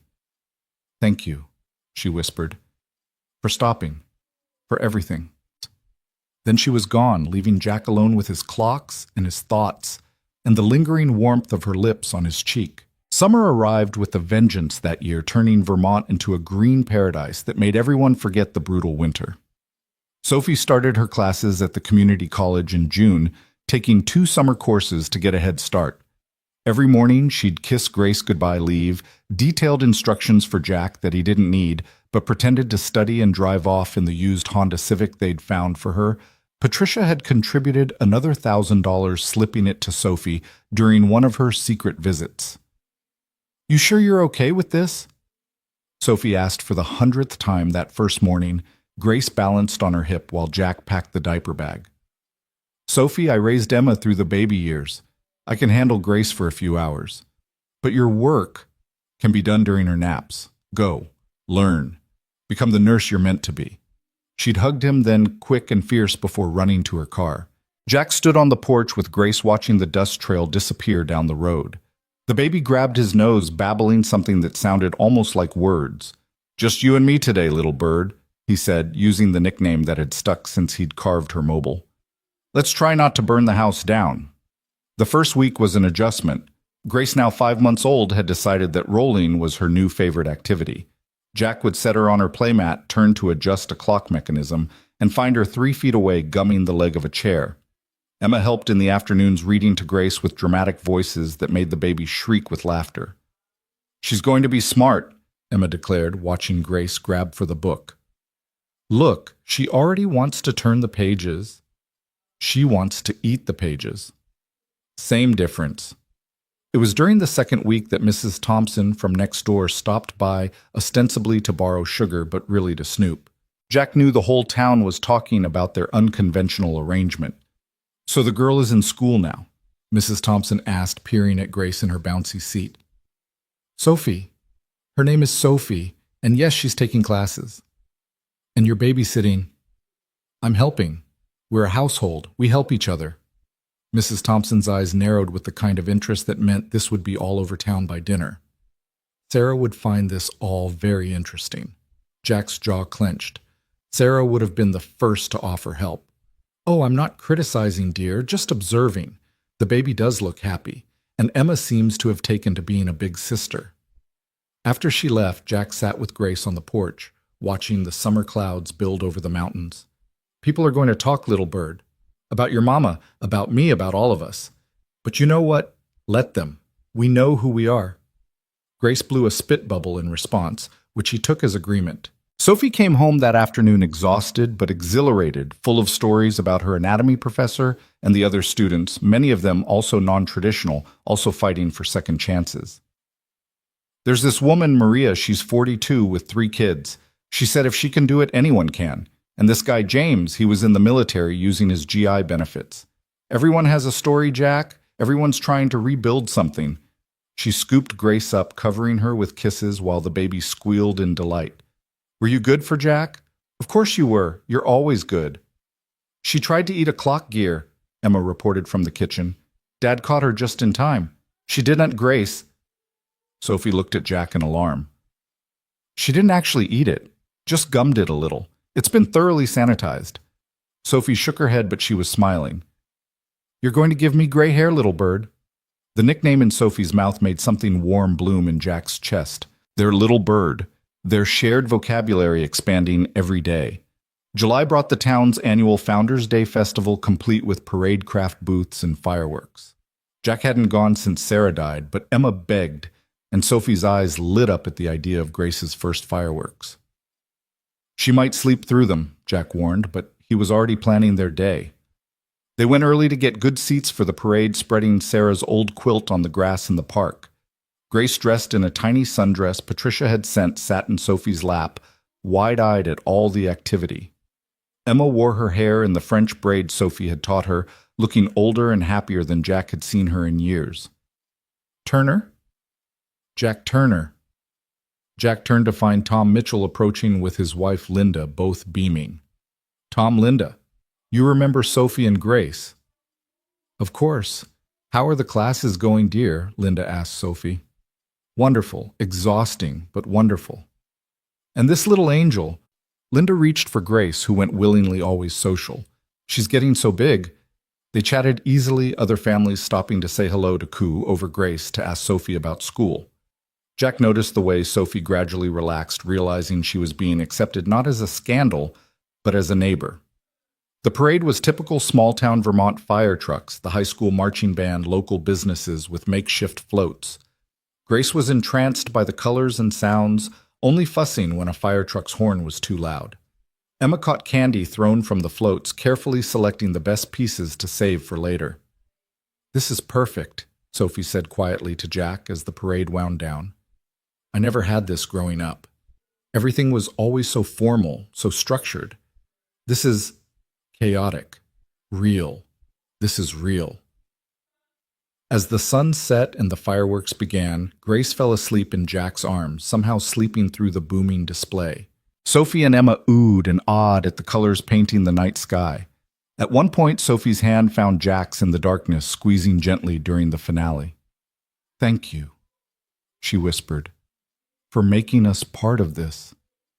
"You were already part of it," he whispered back. "You just needed to see it." The drive home was quiet, both girls dozing in the back seat, Grace secure in her car seat between them. Jack drove slowly, not wanting the evening to end, knowing something had shifted. They weren't playing at being a family anymore. They were one. August brought a heat wave that had everyone seeking shade and water. Jack set up a kiddie pool in the backyard where Grace could splash while Sophie studied and Emma practiced her diving rolls that mostly resulted in belly flops. It was during one of these lazy afternoons that Sophie got the call that changed everything. She was reviewing notes for an upcoming exam. Grace napping in her portable crib under the big oak tree when her phone rang. Jack watched her face go white as she listened. Yes, I understand. Okay, thank you for calling." She hung up, stared at the phone like it might bite her. "Sophie, what is it?" "That was Melissa.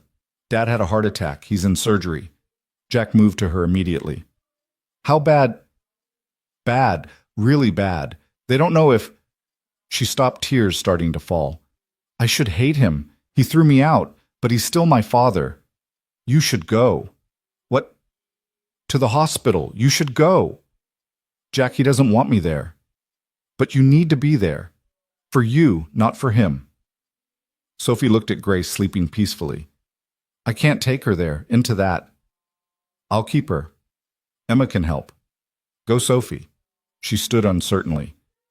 "Are you sure?" "Go, take my truck. It's more reliable than your car for the distance."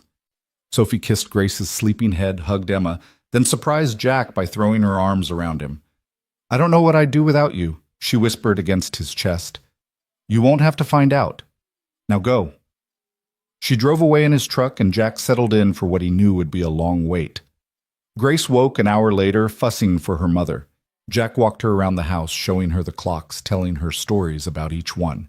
Emma helped by singing every Disney song she knew, which was considerable. "Is Sophie's dad going to die?" Emma asked that evening as they ate dinner, Grace in her high chair throwing more peas than she ate. "I don't know, sweetheart. If he dies, will Sophie be sad?" "Probably. Relationships are complicated. You can be angry with someone and still love them." Emma considered this. "Like how I was mad at Mom for dying but still loved her." Jack's heart clenched. "Yeah, Em. Exactly like that." Sophie called around 10 that night. "He made it through surgery. Triple bypass. He's in the ICU." "That's good. How are you?" "I don't know. Mom fell apart when she saw me. Melissa and Tony are here. We're all just waiting." "Did you see him?" "No. Mom went in. Only one at a time. She said he asked for me, but I think she was lying to make me feel better." "Maybe not. Maybe." She sighed. "I should come home. Grace is fine. She's asleep. We've got her. Stay as long as you need." There was a long pause.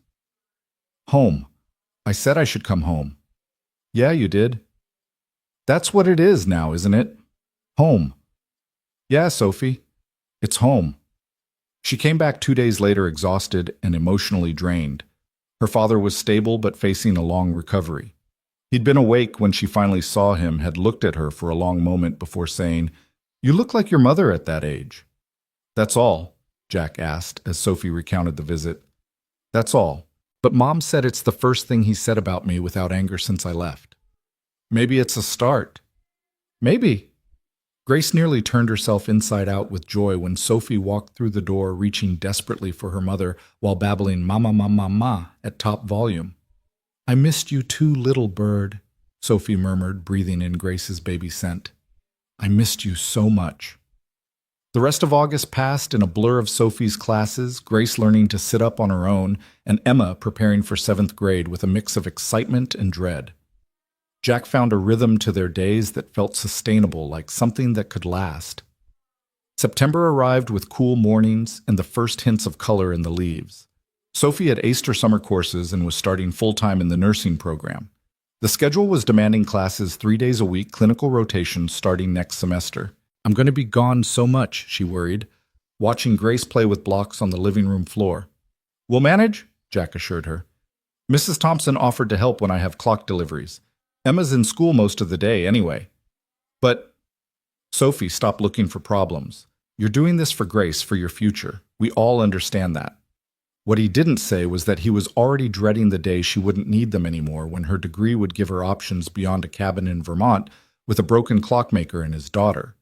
It was Emma who brought up what Jack had been avoiding. Dad, are you in love with Sophie? They were working on Emma's science project, something about photosynthesis that required far too many bean plants. Jack nearly dropped the pot he was holding. What, Em, no? Sophie, she's family, but not like that. Emma gave him a look that was pure Sarah skeptical and knowing. Dad, you smile different when she's around. I smile the same.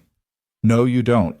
You smile real smiles now, not the fake ones you did after Mom died. Jack set down the pot, sat beside his too perceptive daughter. Sophie's 19 years old. So I'm 44, I'm old enough to be her father. But you're not her father. You're Jack. It's not appropriate. She's in a vulnerable position living here depending on us. She's not dependent. She pays for groceries, she cooks, she helps with everything. That's not dependent, that's partnership. When had his 12-year-old become so wise? Even if there were feelings, which there aren't, it wouldn't be fair to her. She deserves someone her own age, someone who can give her a full life. Like Ryan. That worked out great. Emma. Dad. I'm not saying you should marry her tomorrow. I'm just saying, maybe stop deciding what she deserves and ask her what she wants. Before Jack could respond, Sophie and Grace came in from their walk, both pink-cheeked from the cool air. Grace reached for Jack immediately, and he took her, feeling her solid weight, her trust. Bean plants, Sophie said, seeing their project. I did this same experiment in high school, made my parents keep 30 plants in the kitchen window. She helped Emma label the containers, talking about variables and controls, and Jack watched them, his daughter and this young woman who'd become so essential to their lives. Emma caught his eye and mouthed, "See," before turning back to Sophie with a question about photosynthesis rates. That night, unable to sleep, Jack found himself in Sarah's craft room. Sophie's room now, though Sarah's presence lingered. Sophie had integrated herself carefully, respectfully, her few possessions mixed with Sarah's abandoned projects. On the dresser sat a photo Emma had taken of all 4 of them at the Founders' Day festival, faces bright with laughter and firelight. What would you tell me to do, Sarah? He whispered to the empty room. Would you tell me I'm being foolish, that I'm too old, too damaged, or would you tell me to stop overthinking and just be happy? No answer came, but through the wall he could hear Sophie singing softly to Grace the same lullaby she'd sung that first night. The sound was answer enough. Life was happening whether he was ready or not. October painted Vermont in glory, the mountains becoming a patchwork of gold and crimson. Sophie was deep in her studies, the dining table permanently covered in textbooks and notes.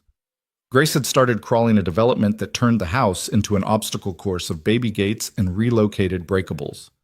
She's like a tiny tornado, Emma complained, finding Grace once again heading for her rock collection.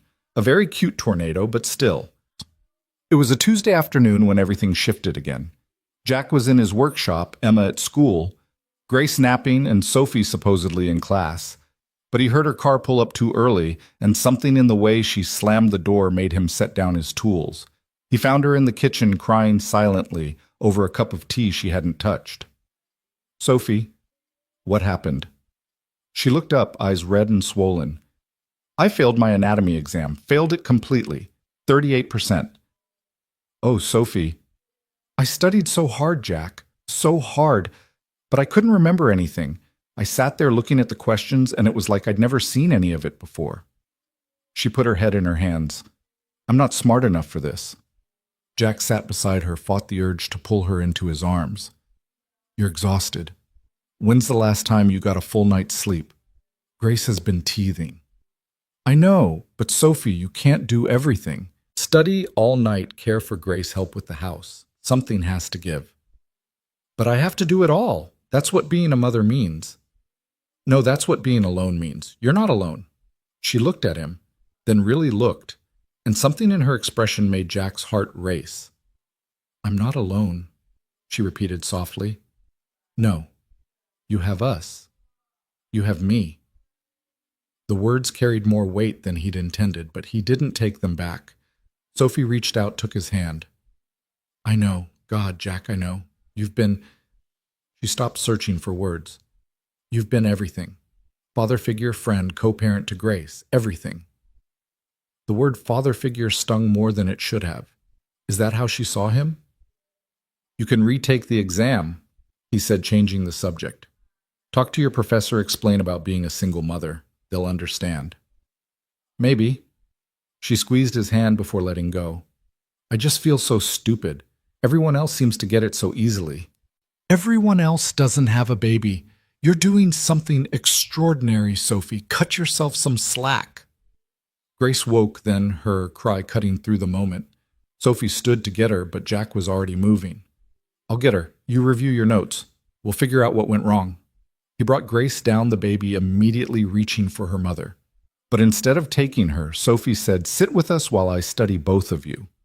So Jack sat with Grace on his lap, while Sophie spread out her anatomy textbook. He found himself genuinely interested as she explained what she was learning, and Grace seemed content to bang blocks together while they talked. When Emma came home from school, she joined them, asking questions that helped Sophie clarify concepts she'd been struggling with. You're not stupid, Emma declared after Sophie correctly identified all the bones in the skeletal system. You just need better study methods. Mom used to make up songs to remember things. Maybe that would help. They spent the evening creating ridiculous songs about anatomy, Emma and Jack coming up with increasingly absurd rhymes, while Sophie laughed until she cried for a different reason. Grace contributed by clapping offbeat and shrieking with joy. The femur is your thigh bone, the longest one you own, Emma sang to the tune of Twinkle, Twinkle, Little Star. The patella is your kneecap. It helps your joint to snap, Jack added, making Emma giggle. You're all insane, Sophie said, but she was smiling, and when she took her makeup exam the following week, she got an 82. Halloween came with its first real cold snap frost, silvering the grass in the mornings. Emma insisted on a group costume. They went as a clock. Jack Mother Time, Sophie, Baby New Year Grace, and a cuckoo bird. Emma. It was ridiculous and perfect, and when they won the contest at the community center, Emma's joy was infectious. We're the best family, she shouted, trophy held high.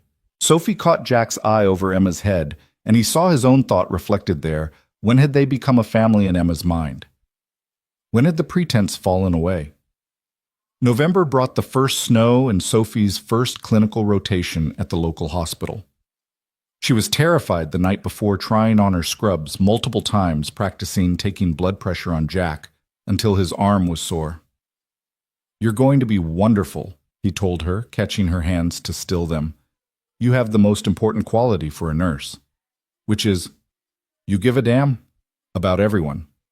That matters more than perfect technique. She stared at him for a long moment, and Jack thought she might say something important, something that would change everything. But Grace started crying upstairs, and the moment passed. Her clinical instructor turned out to be Mrs. Chen from the church, the one who'd helped Sophie when she first arrived. Small world, Mrs. Chen said, smiling. I had a feeling I'd see you in this program. You did. Oh yes, you have the look. The ones who've been broken and put themselves back together, they make the best nurses. Sophie thrived in the clinical setting, coming home with stories of patients and procedures, eyes bright with purpose. Jack loved watching her find herself, even as he worried about what would happen when she no longer needed the safety of their home. It was the week before Thanksgiving when Patricia called Sophie in tears. Your father's had a setback. Another heart attack. Smaller, but Sophie, he's asking for you. This time, Sophie didn't hesitate. We'll all come. Also, my family, Jack, Emma, Grace, will all come. The drive to Woodstock was quiet. Grace fussing in her car seat. Emma reading in the back, Sophie rigid with tension beside Jack. It'll be okay, Jack said quietly. You don't know my father.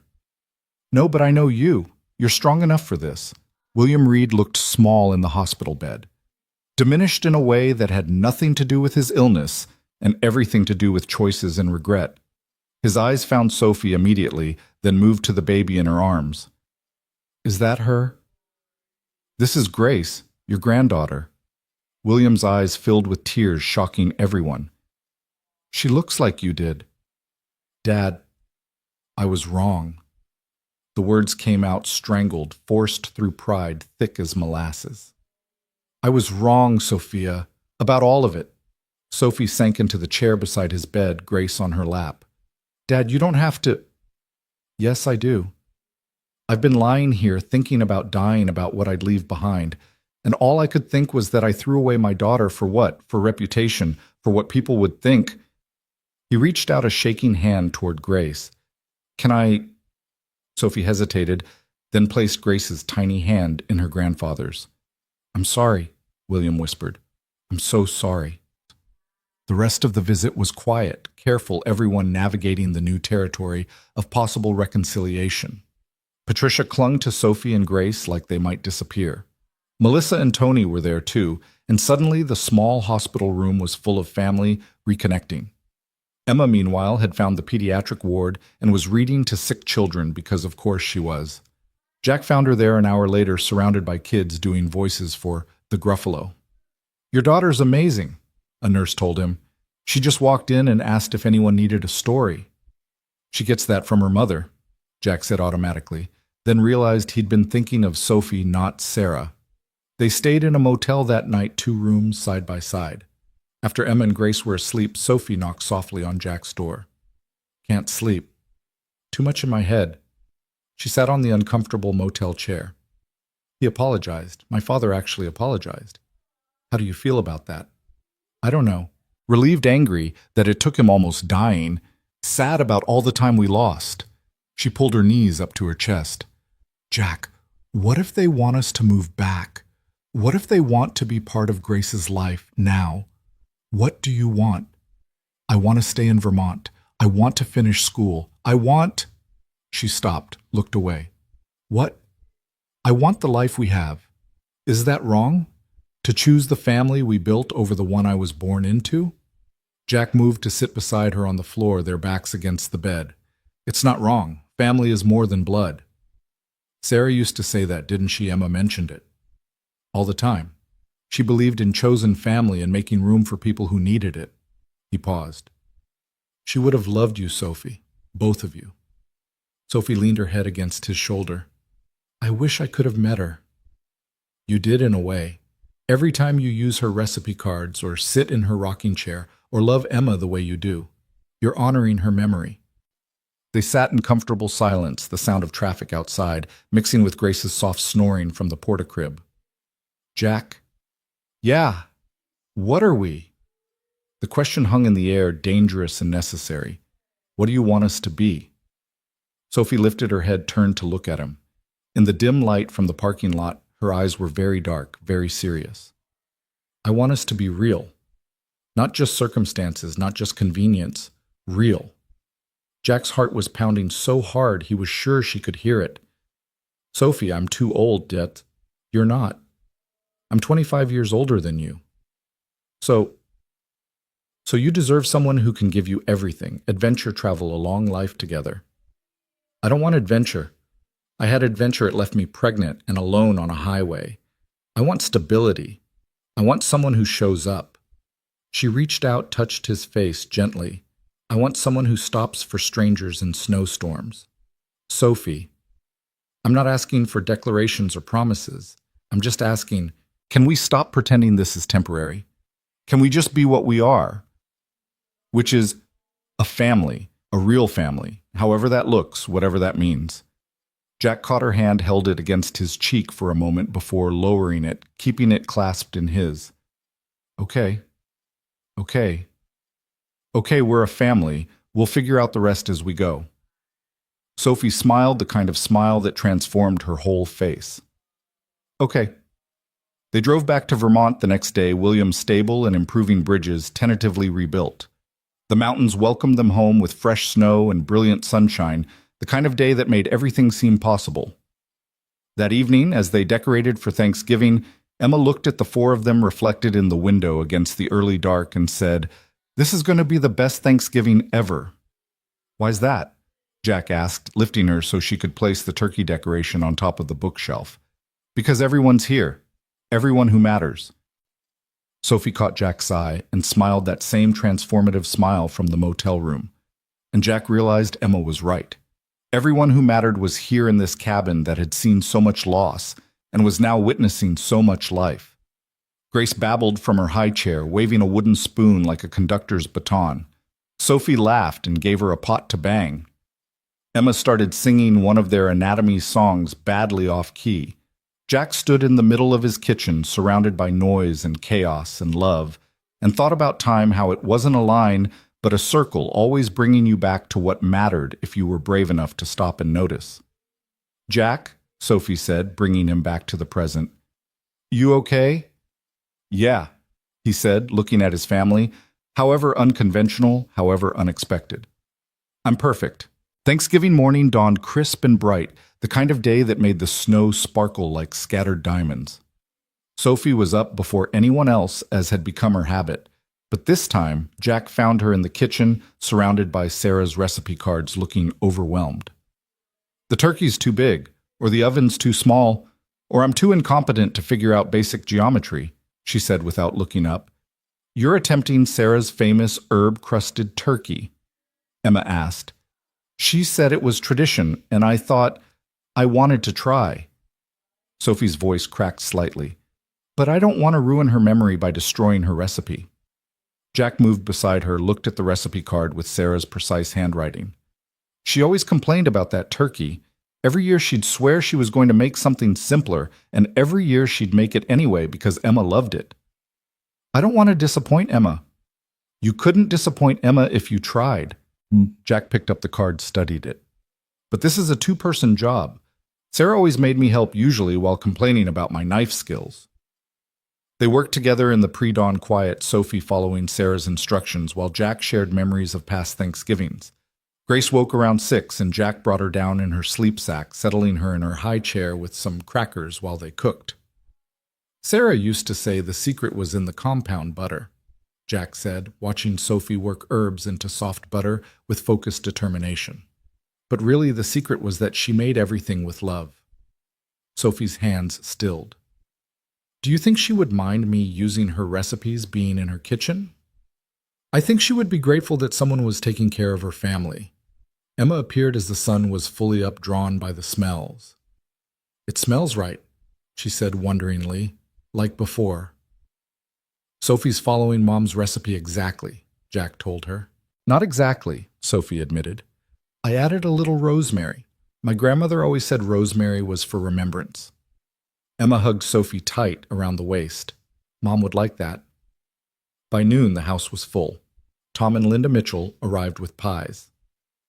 Mrs. Thompson from next door brought her famous green beans, and surprisingly, Patricia Reed appeared at the door with Melissa and Tony. "Mom," Sophie stood frozen in the doorway. "How did you—" "Your father insisted. He's doing better, and he wanted—" Patricia held out a covered dish with shaking hands. "I brought sweet potatoes, the ones you used to love." Sophie took the dish, tears in her eyes. "Come in. Please, all of you come in." The table extended with every leaf Jack could find, barely held everyone. Grace sat in her high chair between Sophie and Jack, babbling commentary that everyone pretended to understand. Emma had made place cards with everyone's names in glitter, including one that said Grandma Patricia, that made the older woman cry. "Before we eat," Jack said, standing with his water glass, "I want to say something. This year I'm thankful for unexpected gifts, for the storm that brought Sophie to us, for Grace, who reminded us all that life keeps moving forward, For family both born and chosen. He looked at Sophie. And for second chances. To second chances, when everyone echoed. And if Patricia Reed cried a little more, everyone pretended not to notice. The meal was chaotic and perfect. The turkey was slightly dry, but nobody cared. Tony and Emma got into an argument about whether stuffing or mashed potatoes were superior. Grace managed to get sweet potato in her hair ears and somehow on Jack's shoulder. Melissa told embarrassing stories about Sophie as a child that had everyone laughing. She used to bandage all her stuffed animals, Melissa said. Said she was practicing for when she became a doctor. Nurse? Sophie corrected, blushing. Same caring heart, Patricia said softly. You always wanted to help everyone. After dinner, while the others dozed in the living room watching football, Sophie and Jack cleaned up together, moving around each other with practiced ease. Thank you, Sophie said quietly, for letting my family come. They're your family. Of course they're welcome. It's complicated, though, after everything. Jack dried the plate she handed him. Most families are complicated. That's what makes them family. Patricia appeared in the doorway. Could I help? Sophie nodded, handed her mother a dish towel. They worked in careful harmony 3 generations, if you counted Grace playing with measuring cups on the floor. Patricia talked about William's recovery, his new diet restrictions, the way he'd started looking at photo albums he hadn't touched in years. He found your baby pictures, Patricia told Sophie. Spent hours going through them. He cried Sophia. Your father actually cried. People change, Jack said carefully. Sometimes crisis shows us what really matters. Patricia looked at him thoughtfully. Yes, sometimes it takes almost losing everything to realize what you had. That evening, after Patricia and her children had left with promises to visit again soon after Mrs. Thompson had extracted promises for the sweet potato recipe, after the Mitchells had insisted on leaving enough pie for a week's worth of breakfast, Jack found Sophie on the porch despite the cold Grace bundled against her chest in a carrier. Needed air? He asked, settling beside her on the swing. Needed quiet. Today was wonderful, but overwhelming. Yeah. She adjusted Grace's hat, the baby nearly asleep from the gentle swinging motion. My mother apologized. Really apologized, not just for Dad, but for herself. Said she chose being a politician's wife over being a mother. That must have been hard to hear. And hard to forgive. But I look at Grace and think, I'd forgive anyone anything if it meant she'd never doubt my love for her. They swung gently, the chains creaking in a rhythm that matched the sleeping baby's breathing. Jack, that toast you made about second chances, did you mean about us? Jack considered his words carefully. I meant about all of it. You and Grace coming here, your family finding their way back, Emma learning to be happy again, me learning that life doesn't end with loss. Sophie turned to look at him in the porch light. And us specifically. What do you want me to say, Sophie? The truth. The truth is that I'm terrified. You're so young with your whole life ahead of you. In 2 years, you'll have your degree, you'll have options, you could go anywhere, do anything. And I'm a middle-aged clockmaker with a daughter and more baggage than an airport. Sophie laughed softly. You're also the man who saved my life, who gave Grace a home before she was even born, who makes me feel safe and valued and seen. She shifted closer to him on the swing. Age is just numbers, Jack. Time. And you taught me that time isn't linear. Sophie, I'm not asking you to marry me or make any grand declarations. I'm just saying, stop pushing me away because you think it's what's best for me. Let me decide what's best for me. Before Jack could respond, Emma's voice called from inside. Dad, Sophie Grace is going to miss the lighting of the tree in town if we don't leave now. The moment broken, they gathered themselves for another tradition. The town tree lighting was magical. The whole community gathered in the square. Grace's eyes went wide at the lights, and she reached for them with chubby fingers babbling excitedly. Emma found her school friends and ran off to play checking back periodically like a mother hen. She's growing up, Sophie observed, watching Emma organize some kind of game with the younger kids. Too fast, Jack agreed. Seems like yesterday she was Grace's age.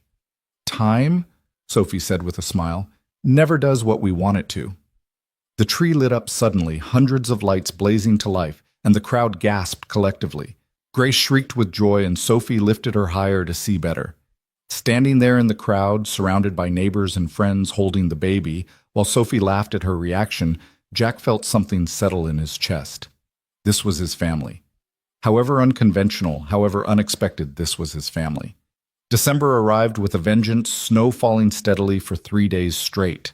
Sophie's finals were approaching, and she studied with an intensity that worried Jack. He'd find her at 3 in the morning surrounded by textbooks, Grace asleep in the bouncer beside her desk. "You need sleep," he'd tell her. "I need to pass these exams," she'd counter, but she'd let him lead her to bed, let him take Grace to the nursery. One night he found her crying over her pharmacology textbook. "I can't do this. It's too much.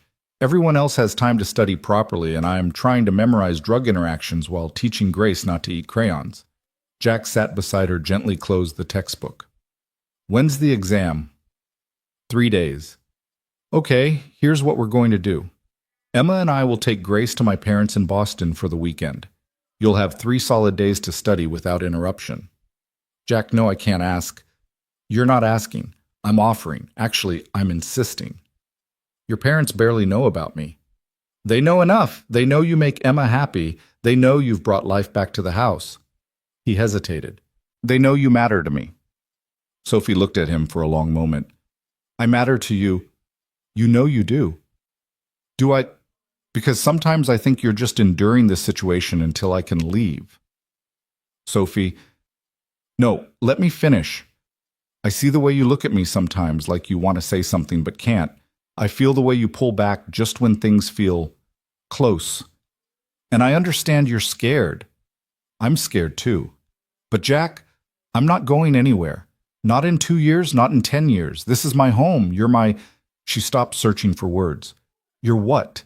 "My person. You're my person, however that looks, whatever that means to you."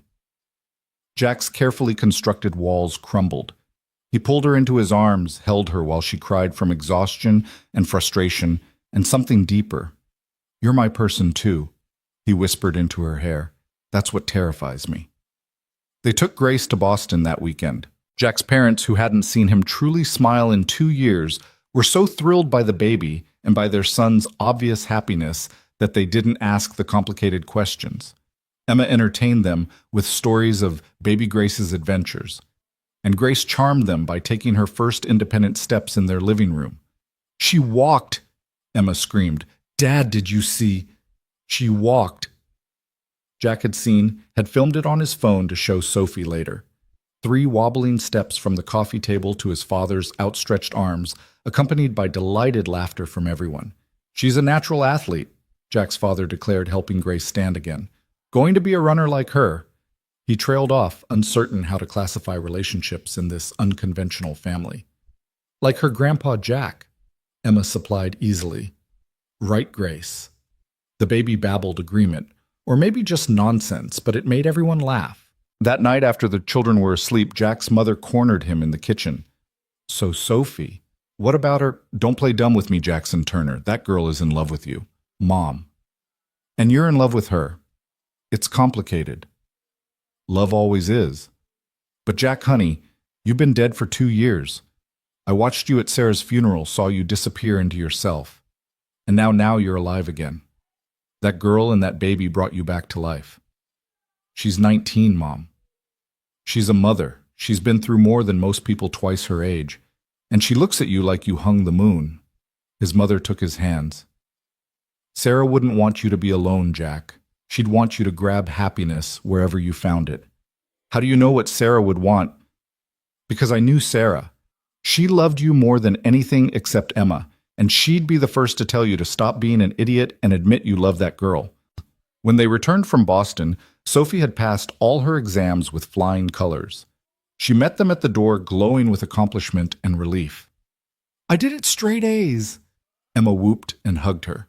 Grace, newly mobile, toddled toward her mother with determination, and Sophie scooped her up, covering her with kisses.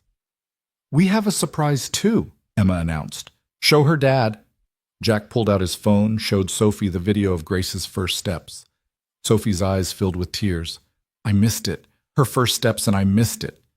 You were securing her future, Jack said firmly. That matters more than a few steps. But, Sophie, there will be thousands of moments. You won't catch them all. No parent does. He touched her cheek gently, wiping away a tear.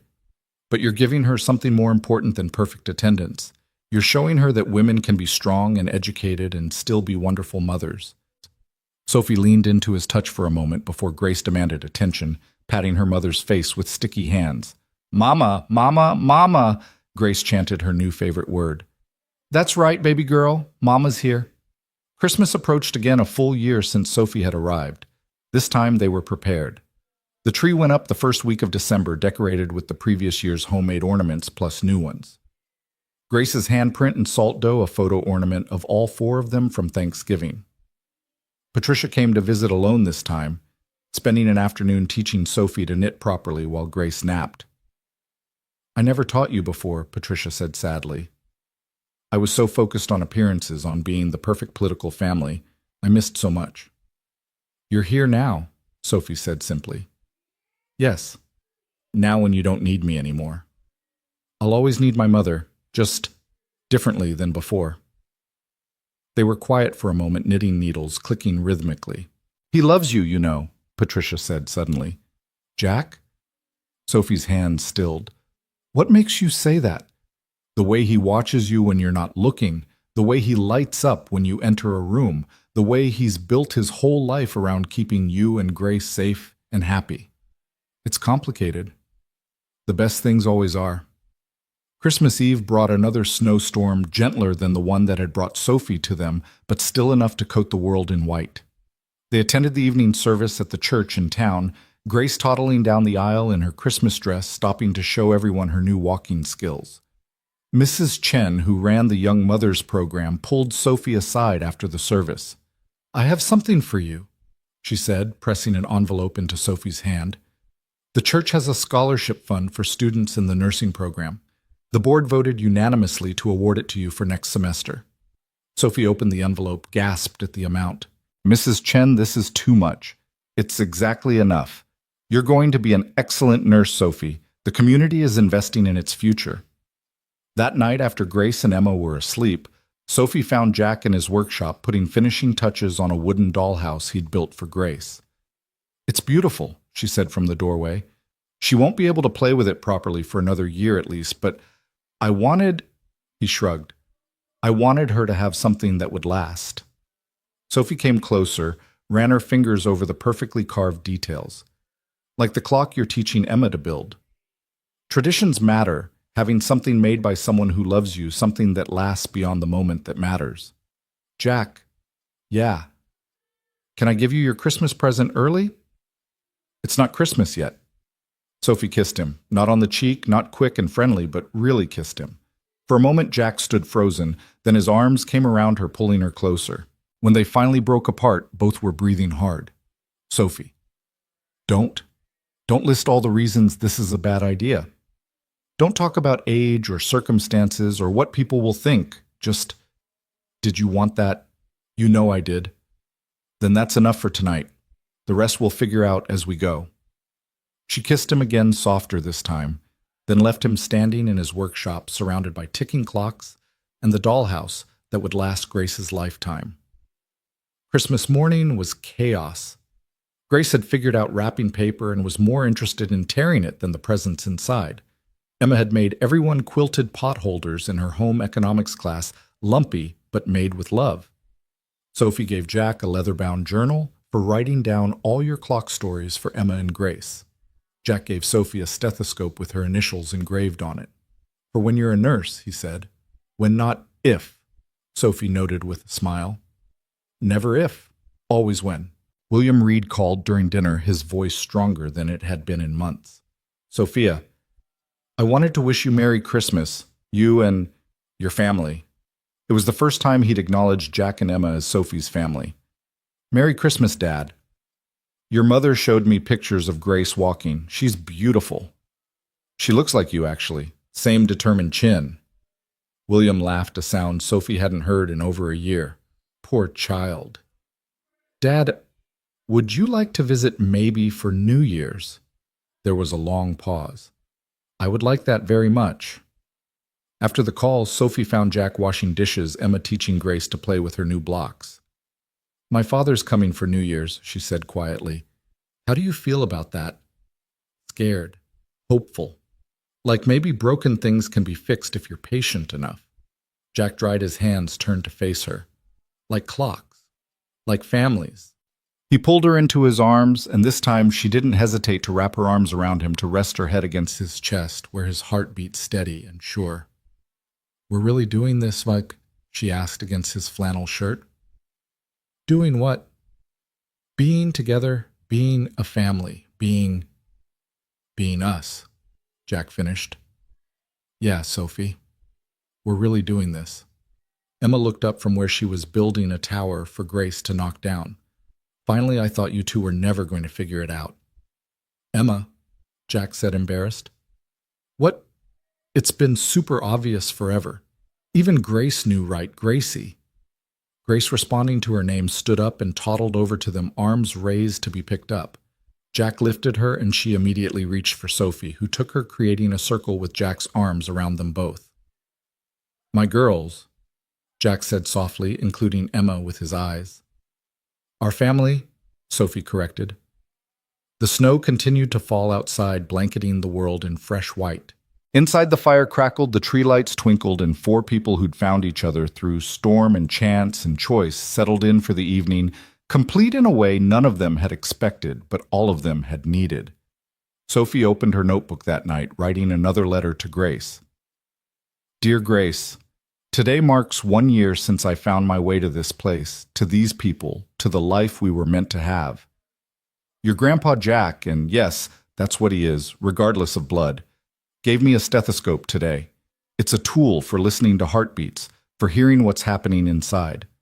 But I don't need it to know that 4 hearts beat as one in this house. We are a family little bird, unconventional, unexpected, but unbreakably together. This is our home. These are our people. This is our happily ever after, not ending, but just beginning. All my love.